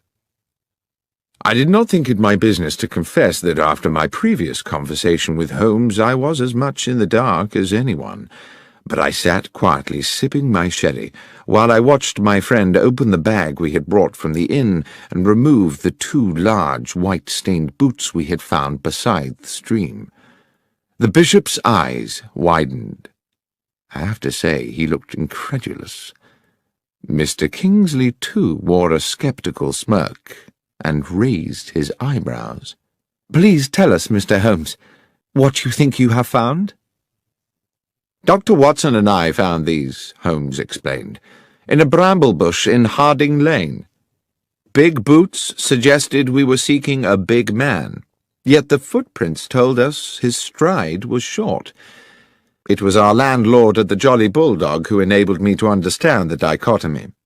He is a man who buys bigger boots than his foot size in order to accommodate extra socks. Our villain, however, bought his bigger boots in order to accommodate another pair of shoes, leaving the footprints of a bigger man than he is himself. Is that not so, Mr. Kingsley? The young vicar, I thought at the time, if he was guilty of anything, was heroically cool about it. He betrayed nothing but genteel surprise. Are you suggesting that I was the thief, Mr. Holmes? Holmes, said the bishop gravely. From what I understand, Mr. Kingsley and his verger practically managed to catch up with the thief on that fateful day. What on earth do you think is the evidence for this assertion? My lord, Holmes said confidently, Mr. Kingsley wished to embezzle the money raised by the sale of the Hatchingham Grail and decided to construct a piece of theatre which would deceive investigators. He not only invented the spectral man in the large-brimmed hat, he also on several occasions paraded in the hat and the high-collared coat and ensured that Mr. and Mrs. Manners caught a glimpse of him. On the day of the theft, having sent Sam Manners to lunch, he came back here to the vicarage, assumed the disguise, showed himself at the cottage window where Manners was eating, and proceeded into the churchyard. Dashing back to the vicarage again, he slipped out of his cloak and hat and waited for Mrs. Manners' knock on the door. He told Mrs. Manners to summon her husband and rendezvoused with him outside the crypt door. And then what? Said Mr. Kingsley, insolent with fury. I put on these boots, unlocked the church, went down to the crypt, took the money, escaped the church, jumped the stile and ran across a mile of the field, then dashed a mile back, took off the boots and waited calmly for Sam to arrive, whereupon I went chasing off across the field again. That would indeed have been ingenious. To do in 2 minutes what an athlete could not do in 20. Yes, indeed. The question, as my friend Dr. Watson has clarified, is precisely, how may a man chase himself across a meadow? And the answer? Asked the bishop. No one will ever know at what point you took the money, Mr. Kingsley. As the key-holder, you are free to do it at your leisure. And, for all one knows, it may never have been in the crypt safe in the first place. Certainly there was no need for you to waste time on it on the day we are discussing. You wished to ensure there was just enough time with Mr. Manners at lunch for you to get to the crypt door and kick over the whitewash bucket. And of course you had given Mr. Manners the task of whitewashing that particular part of the church wall, simply to ensure that there would be a bucket there to be upturned. That was all you needed to do, because, and here is the thing, you had made the footprints across the field on the night before. You had also, I have no doubt, planted the boots in the hedgerow on the same occasion, making sure they had plenty of white paint on the soles. Foolishly, you forgot to daub a little on the shoe laces. At this point, the vicar dropped into a chair as though all resistance had suddenly fled him, and I believe that as Holmes proceeded, we all realized that he was now approaching a devastating conclusion.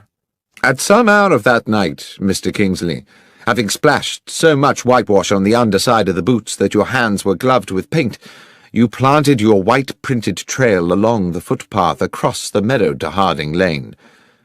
Afterwards, you dropped the wide-brimmed hat by the stile and jettisoned the boots in a bush further along Harding Lane. The trail of prints was therefore neatly in place for the deception next morning, and I dare say you were solicitous to keep Mr. Manners away from the stile, where he might prematurely stumble upon your, if I may so misname it, handiwork. But one moment, said the bishop. If Mr. Kingsley had dropped the hat the night before, how could he have been wearing it that morning? Well, of course, that's simple, said Holmes. There were 2 hats. And finally, there was the question of the keys. "What question was that, Holmes?" I asked. "I don't recollect any mention of keys." "Precisely. There was a distinct absence of any such mention. Why? Because a key would have been needed to enter the crypt, and Mr. Kingsley thought it better not to raise the tricky matter of how such an intruder might have got hold of one." The pale face and slumped figure of Mr. Kingsley indicated his utter defeat. The bishop clearly needed no further convincing. "The money, Kingsley," he said. "Have you spent it?" The vicar looked bitter. "I'm a gambler, Bishop. And the truth is that over the years I have burdened myself with appalling debts. I started to use the church money bit by bit. I meant to return it one day when I had a big win, but money runs through my hands like water. There's little of it left." "Then it's a matter for the police," the bishop said. "And we must find a new vicar for Hatchingham. I fear that you, Mr. Kingsley, will for many years be the incumbent of a much dingier parish."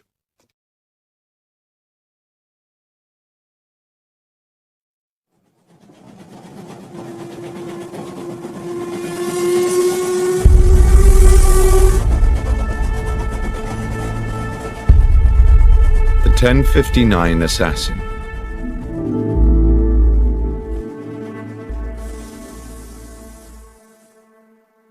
It is now well known that the investigations of my friend and companion Sherlock Holmes, which I have had the privilege to document over the years, represent only a small portion of his life's work. Many other cases have fallen into the obscure well of history. But nothing departs this world without leaving some trace or memory, and now and then an old story rears its head. So it was with the events of the Stovey murder. A letter came to Holmes one morning at our Baker Street apartment from Samuel Carpenter, an elderly publican at the Horse in Colours hostelry in the Kent village of Stovey. Several years previously, Samuel Carpenter had been a witness at the trial of Arthur Weeks, a local villain accused of intimidation, abduction, blackmail, and grievous bodily harm. Holmes had been involved in helping police on the case with footprint evidence, and thus had come to meet the amiable publican. I suppose we never expected to visit the quiet settlement of Stovey ever again, but the letter contained a clear and urgent summons.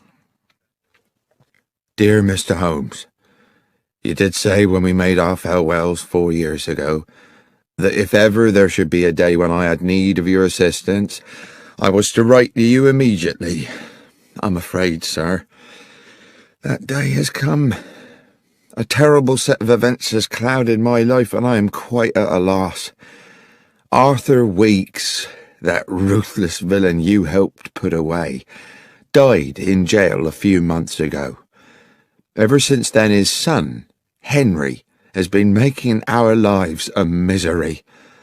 I found my dog Catcher shot dead in the field, and twice a dead fox in our water tank.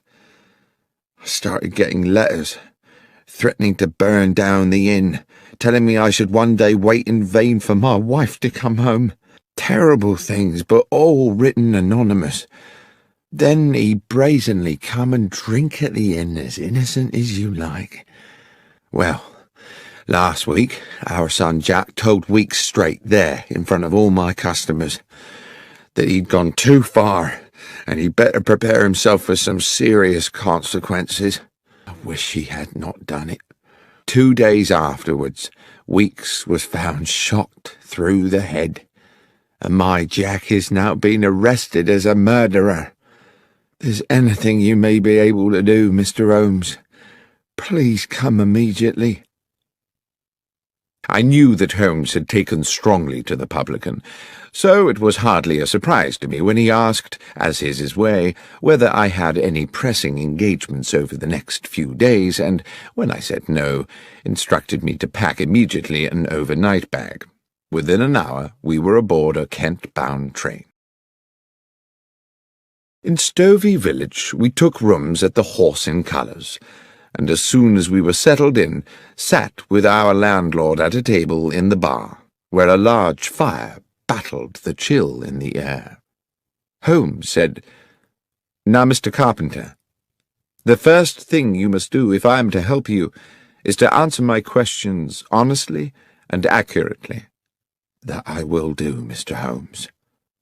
"Your Jack made a threat to Henry Weeks here in this bar?" "Yes, sir." "And 2 days later Weeks was found dead?" "Dead with a shot through his head, just outside the village where Nightingale Lane crosses the London railway line, and his horse tied up nearby." "And they came to arrest Jack when?" "That very night. But Jack wasn't here, of course." "Wasn't here?" "Jack couldn't have killed him, Mr. Holmes. Jack was already aboard the London train when Weeks was killed.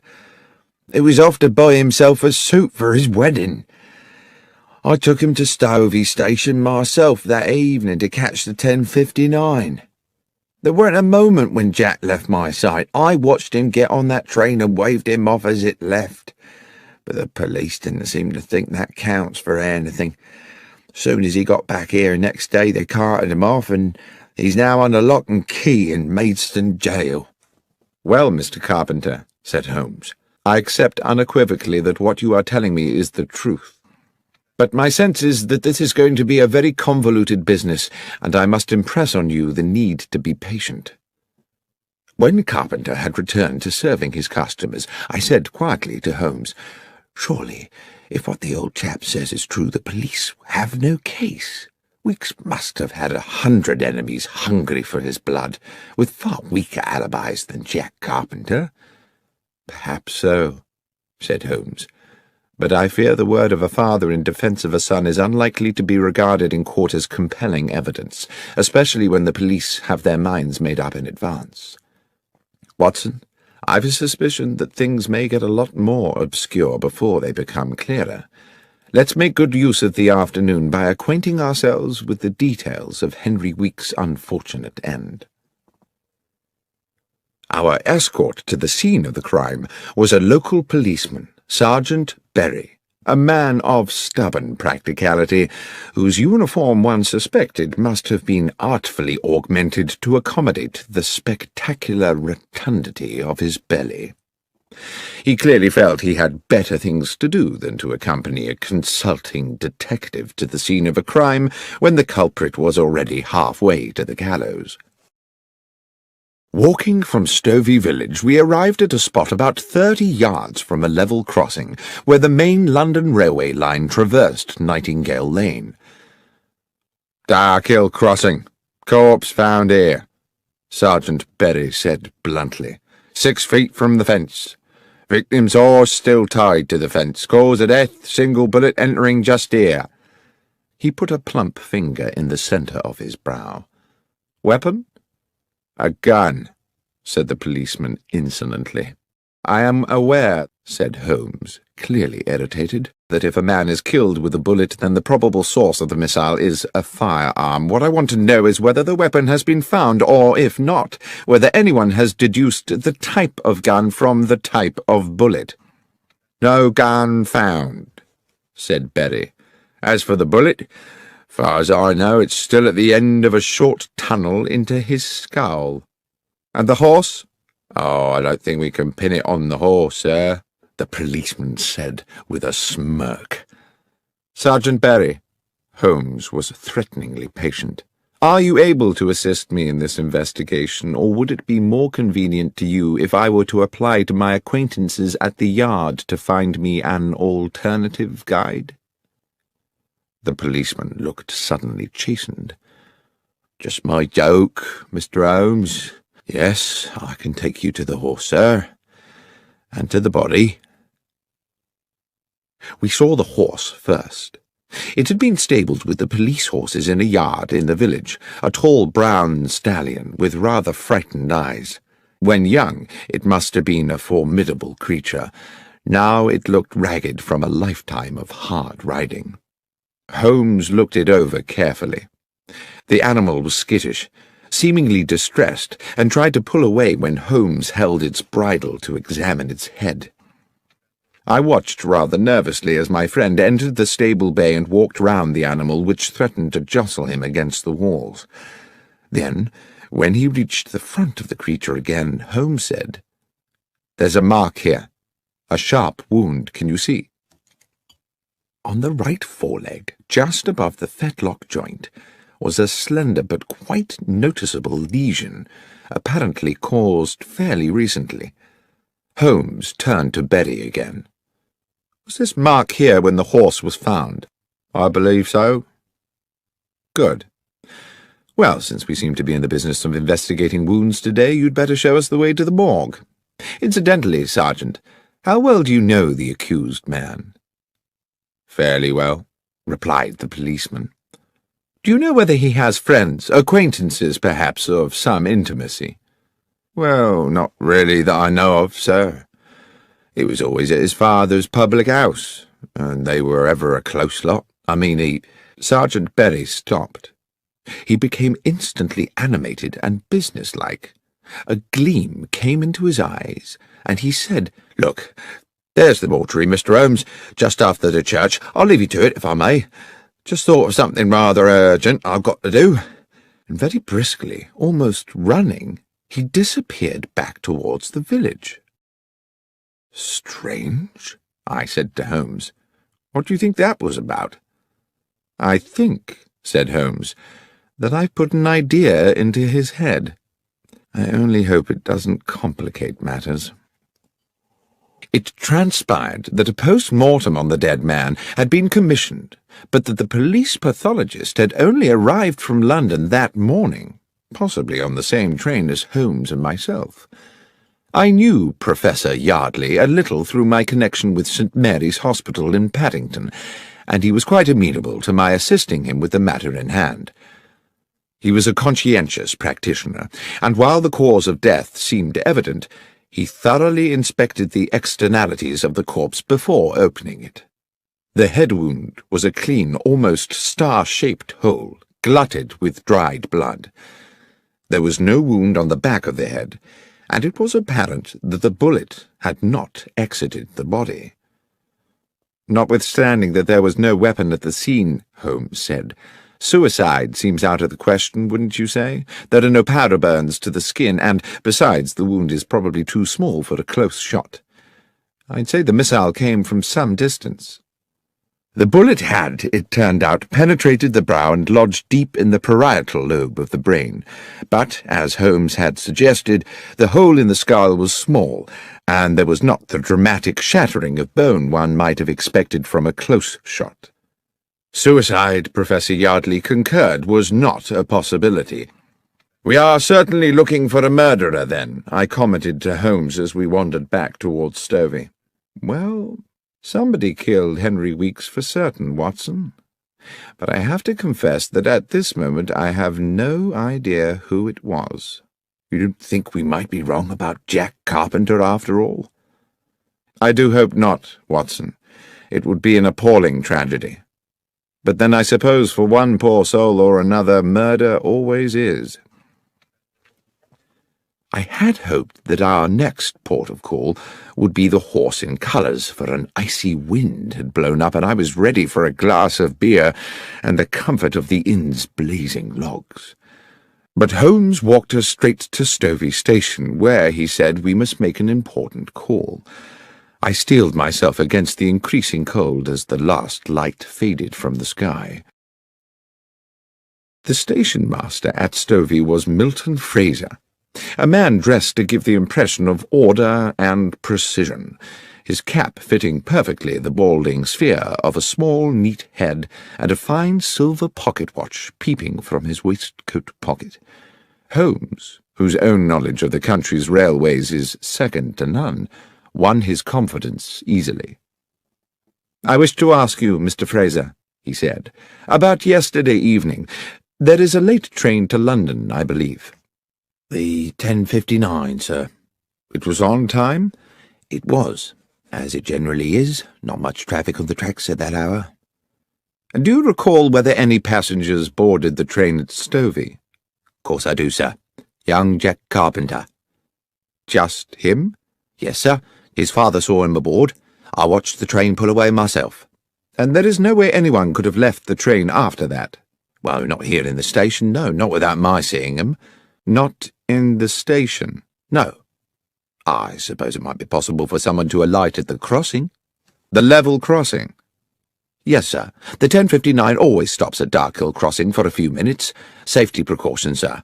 Thornley Bridge over the Stour is considered unsafe for two trains until they finish the repairs, so the 10:59 up train must wait until the 11:04 down has come through."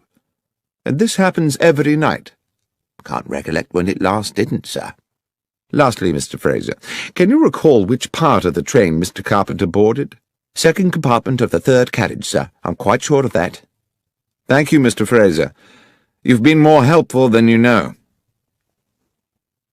"I suppose we now have to consider," I said to my companion back at the Horse in Colours, as I stared into the flames of the fire, "that Jack Carpenter shot Henry Weeks from the stationary train." "We must consider it, certainly. Yet I think it rather unlikely. How would Carpenter have known his intended target was going to be waiting there at the crossing? Then what is the significance of the stopping train? Has it any? I'm beginning to think it has, but I must confess to being currently unsure in what way." "Well, let's eat and then sleep on it," I said. But at that moment our cosy evening was horribly interrupted. A young woman, hair dishevelled, came screaming into the bar. "Mr. Carpenter! Mr. Carpenter!" The elderly landlord came rushing in from the kitchen. "What is it, Sarah?" "It's Beth Miller. They've taken her in." "Who's taken her?" "The police. That Sergeant Berry's arrested her. Says he found a gun." "What's this?" cried Holmes. "Who is Beth Miller?" "Beth is my son Jack's betrothed," Carpenter said. "Their wedding is fixed for next month. Beth's a good and honest young woman and gentle as a lamb. I'll see that blasted policeman." Holmes barred his way and put a hand on his shoulder. "If I'm to help you, Mr. Carpenter," he said, staring hard into the man's wild eyes, "believe me when I say that it will not serve our purposes to be too precipitous. Dr. Watson and I will go straight to the police station and find out what's happening. I beg of you to do nothing before you hear from us." Having received Carpenter's assurances, we made our way out of Stovey to the police station, a thick-walled stone building halfway along to the next village. Once a brewery, it now had the grim air of a medieval lock-up. It would not be exaggerating to say that my friend and I received a cool welcome from Sergeant Berry, whose domain this appeared to be. "Yes, sir, I do have a young woman in custody here, and I can confirm that she has been charged on suspicion of murder." "And can you tell me," said Holmes, "how she is supposed to have committed this crime?" "Well, obviously, sir, we don't know all the details yet, but with a bit of imagination, an intelligent person might construe that she had lured Mr. Weeks to Nightingale Lane on some, shall we say, enticing pretext, lain in wait for him, and dispatched him with a bullet as he tethered his horse." "And," said Holmes, "would this same intelligent person construe that Jack Carpenter had a part in this?" "Well, yes, sir, that person, assuming he was using his faculties, would conclude that quite obviously Jack Carpenter was an accessory before the fact, and therefore equally culpable." "Thank you, Sergeant," Holmes said, "for simplifying what I, in my sluggishness of mind, had considered a mystifying problem. Might it be possible for us to see the prisoner now?" "I'm sorry, sir, I couldn't permit that." "Or should it wait until I have received authority from my good friend Superintendent Wales at the Yard?" The policeman licked his lips, pretended to consult a piece of paper on his desk, and said, "Well, as you say you are a friend of the superintendent, sir, I'm sure 5 minutes wouldn't hurt." We were shown to a cavernous room where rusted iron remnants of the brewhouse remained bolted to the walls and ceiling. The large skylight had been set with bars, and there were no other windows. A pretty dark-haired girl of no more than 20 years sat at a wooden table. She reacted to us with suspicion as we were admitted, but no sooner had the constable left us alone with her, and no doubt largely in desperation, she confided in us readily. "Miss Miller, we have a limited amount of time," Holmes said to her, "and you must tell us everything you can about this business." "Yes, sir, I'll try. I think I may have done something foolish, sir." "Foolish?" "I think I were the first to find the body, sir, you see." "Well now," said Holmes, "I'd certainly not guessed that." "I planned to see my Jack onto the London train," she continued, "but we was held back at the farm delivering a calf, and I knew I was likely to miss him. The train usually stops by a dark hill crossing, so I thought if I cut along Nightingale Lane, I might be able to wave him off. But when I got there, the train was already disappearing across the bridge. Then, a stone's throw from the track, I saw a horse tied up to the fence, and something on the road beside it. When I got up close, I saw who it was. Henry Weeks, covered in blood, and next to him the gun." "And you picked up the gun?" I asked. "Yes, sir." "Why? Why did you not go directly to the police?" "Well, sir, because I recognised the gun. I meant to hide it somewhere. It was Jack's gun, you see." I failed to conceal my shock. "Jack's gun?" "So you took the gun," Holmes said, "because you thought Jack Carpenter might have killed Weeks?" "Yes, sir. That was my fear." "Even though Jack was on the train?" "I didn't know how long Weeks had lain there, sir. It's a lonely place, and he might have been there for hours. So that didn't look good for Jack, departing as he did the very same evening. I weren't sure of nothing, Mr. Holmes, except that Jack was likely to get the blame, everyone knowing about the venom between him and the Weeks family." "And what," Holmes said, "did you do with Jack's gun?" "Wrapped it in my shawl, slung it on my shoulder, and took it home to hide it. But I was unlucky. On the way I passed Sergeant Berry. I think he must afterwards have puzzled over my strange burden, for he came today to search the cottage, and that's when I was arrested."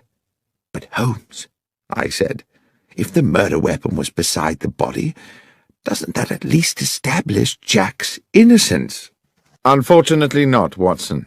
The assumption we had made was that the murder occurred while Jack was on the train. If it happened well before that, I fear that either he or Miss Miller here remain the prima facie suspects." "But I didn't kill Henry Weeks, sir. I swear to God." "I don't believe you did, Miss Miller, but we have to convince the police of that. Be hopeful." But as we walked back along the lane that evening towards Stovey and the horse in colours, Holmes seemed somewhat less certain. "I have little to go on at this moment except instinct, Watson. I do not feel that Jack Carpenter killed Henry Weeks, and I feel even more strongly that that young woman did not do it either. But feelings, I'm afraid, are not evidence. Let's hurry back to the inn and hope the bar is still available to us. Then we could make an assessment of these matters in comfort." The inn was closed to customers when we arrived, but Mr. Carpenter hastily provided us with a bottle of whisky and some bread and cheese. The fire was still glowing bright, and I sat there for a good hour while my friend went away to ask some questions of our host. Eventually, he returned and reclaimed his seat beside the fire. "Can we number the suspects in this case, Watson?" "Well, apart from Jack Carpenter and the girl Beth Miller," I said, dropping my voice, I suppose Jack's father, our landlord, is another possibility. Yes, and since we know he saw Jack off onto the train, either he or his son would have needed to commit the murder some time earlier. But how early? I've just spoken to him at length. He assures me, and I believe him, that there are plenty of people prepared to swear that both he and Jack were here all afternoon, and Beth spent the day at farm work. Even so, if the police go ahead and prosecute a case against one or all of them, there's a strong chance a jury might find them guilty, based purely on the assumption that they would at some time have had the opportunity. We are not out of the woods yet, Watson. I see what you mean. Our inquiries seem to have stalled, rather. I refilled our glasses from the whiskey bottle, and Holmes puffed at his pipe.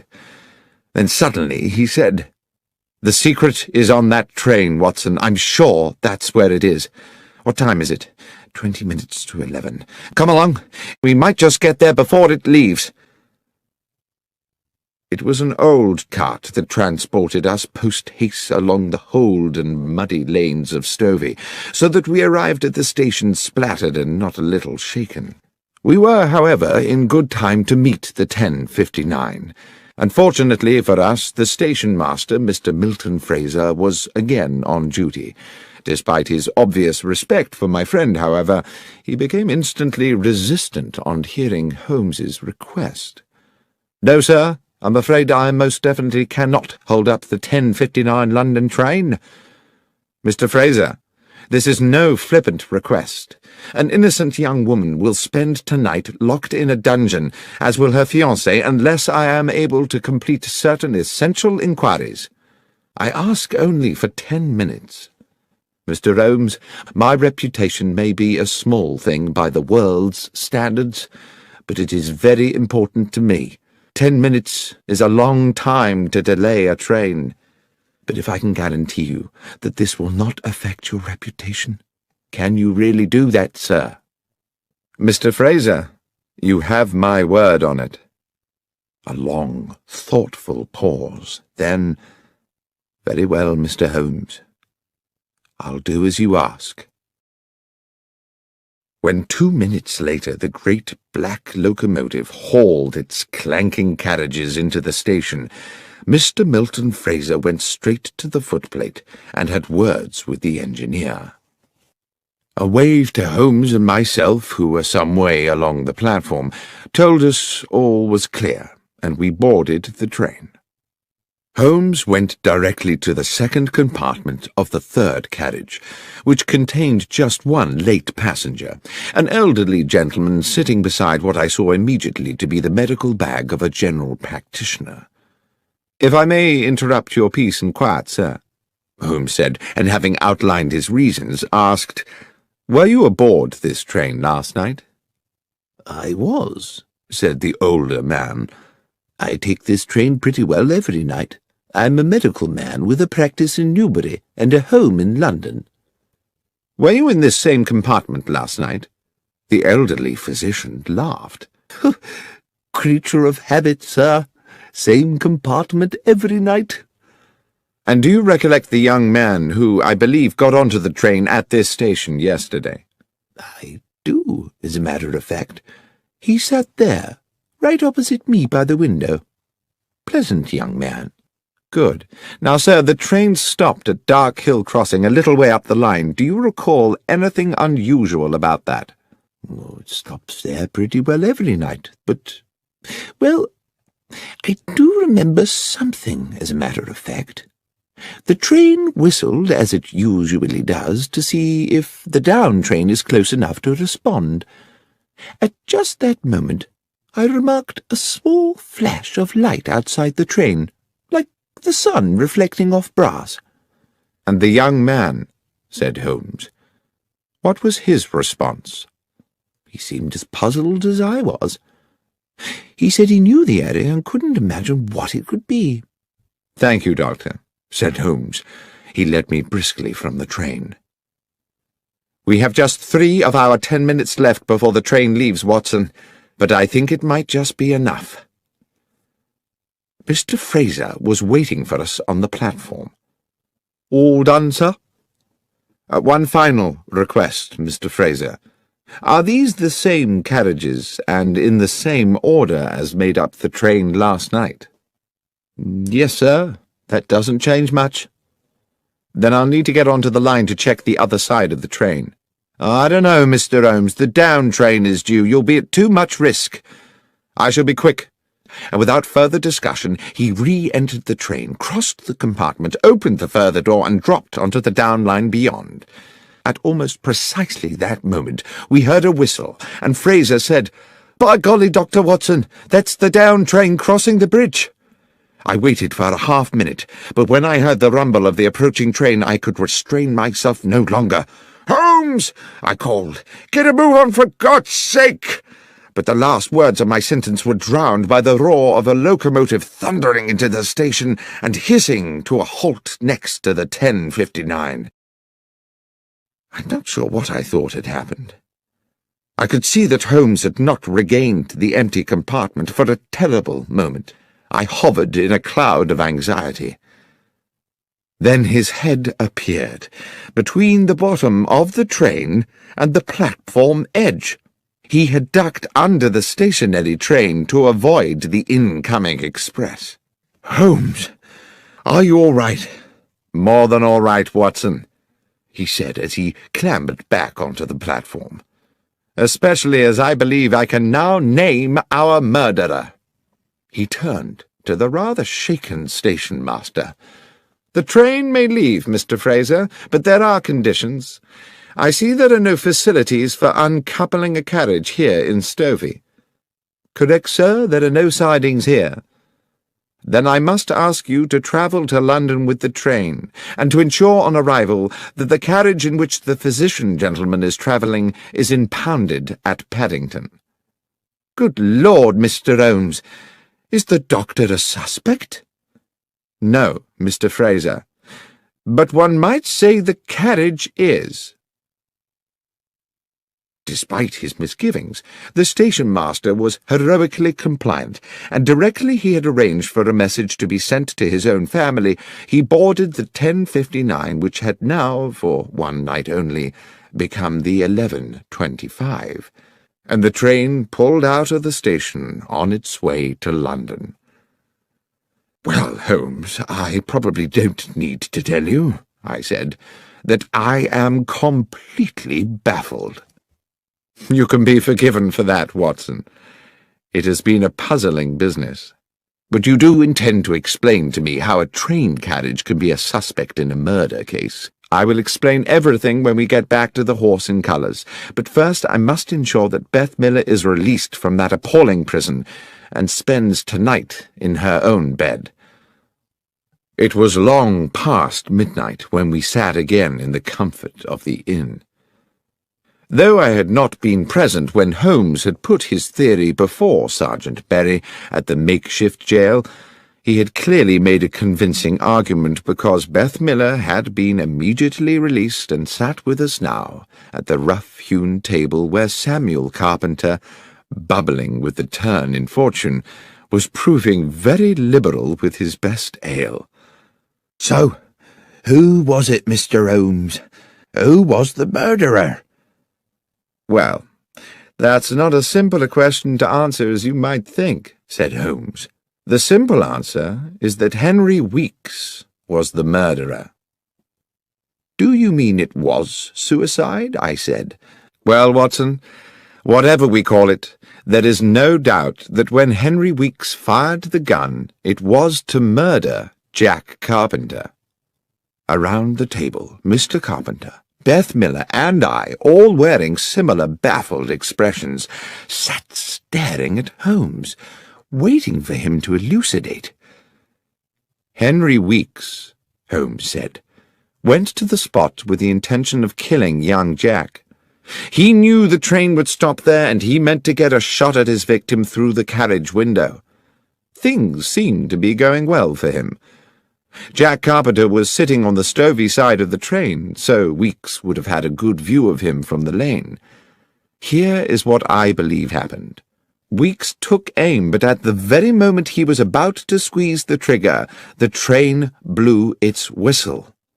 My guess is that the horse reared up and kicked the butt of the gun, hence that wound on the beast's foreleg.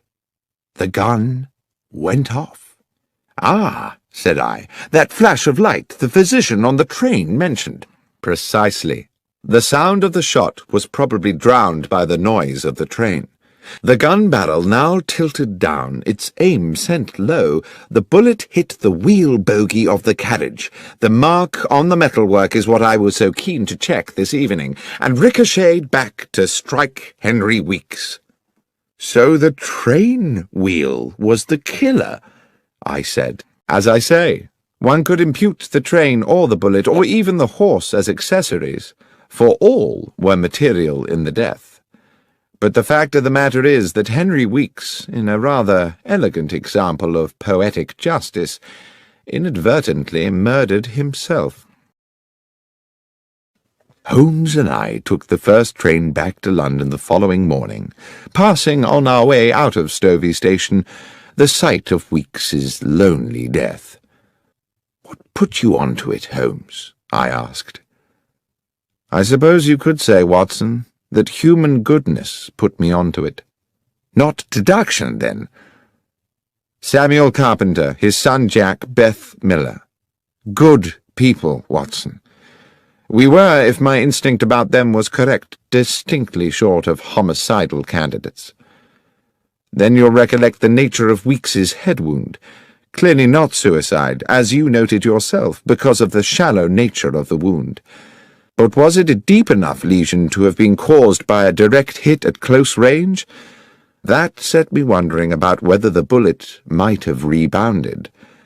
My examination of the train confirmed it. You're quite right about the wound. I dare say it didn't kill him outright. The poor man probably lay there for some while, bleeding to death in the cold." "Well," said Holmes, "perhaps that bleak hour may have given him time to reconsider the error of his ways."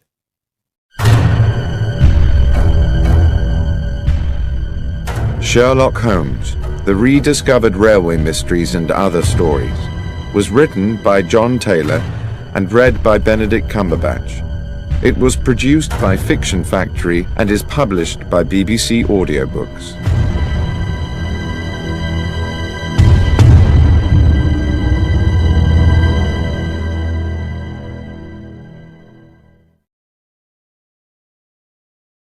When I was young, it contained the treasures of boyhood, a catapult, a lump of beeswax, the carapace of a crab. For many years since, it has been the repository of an archive, admittedly a rag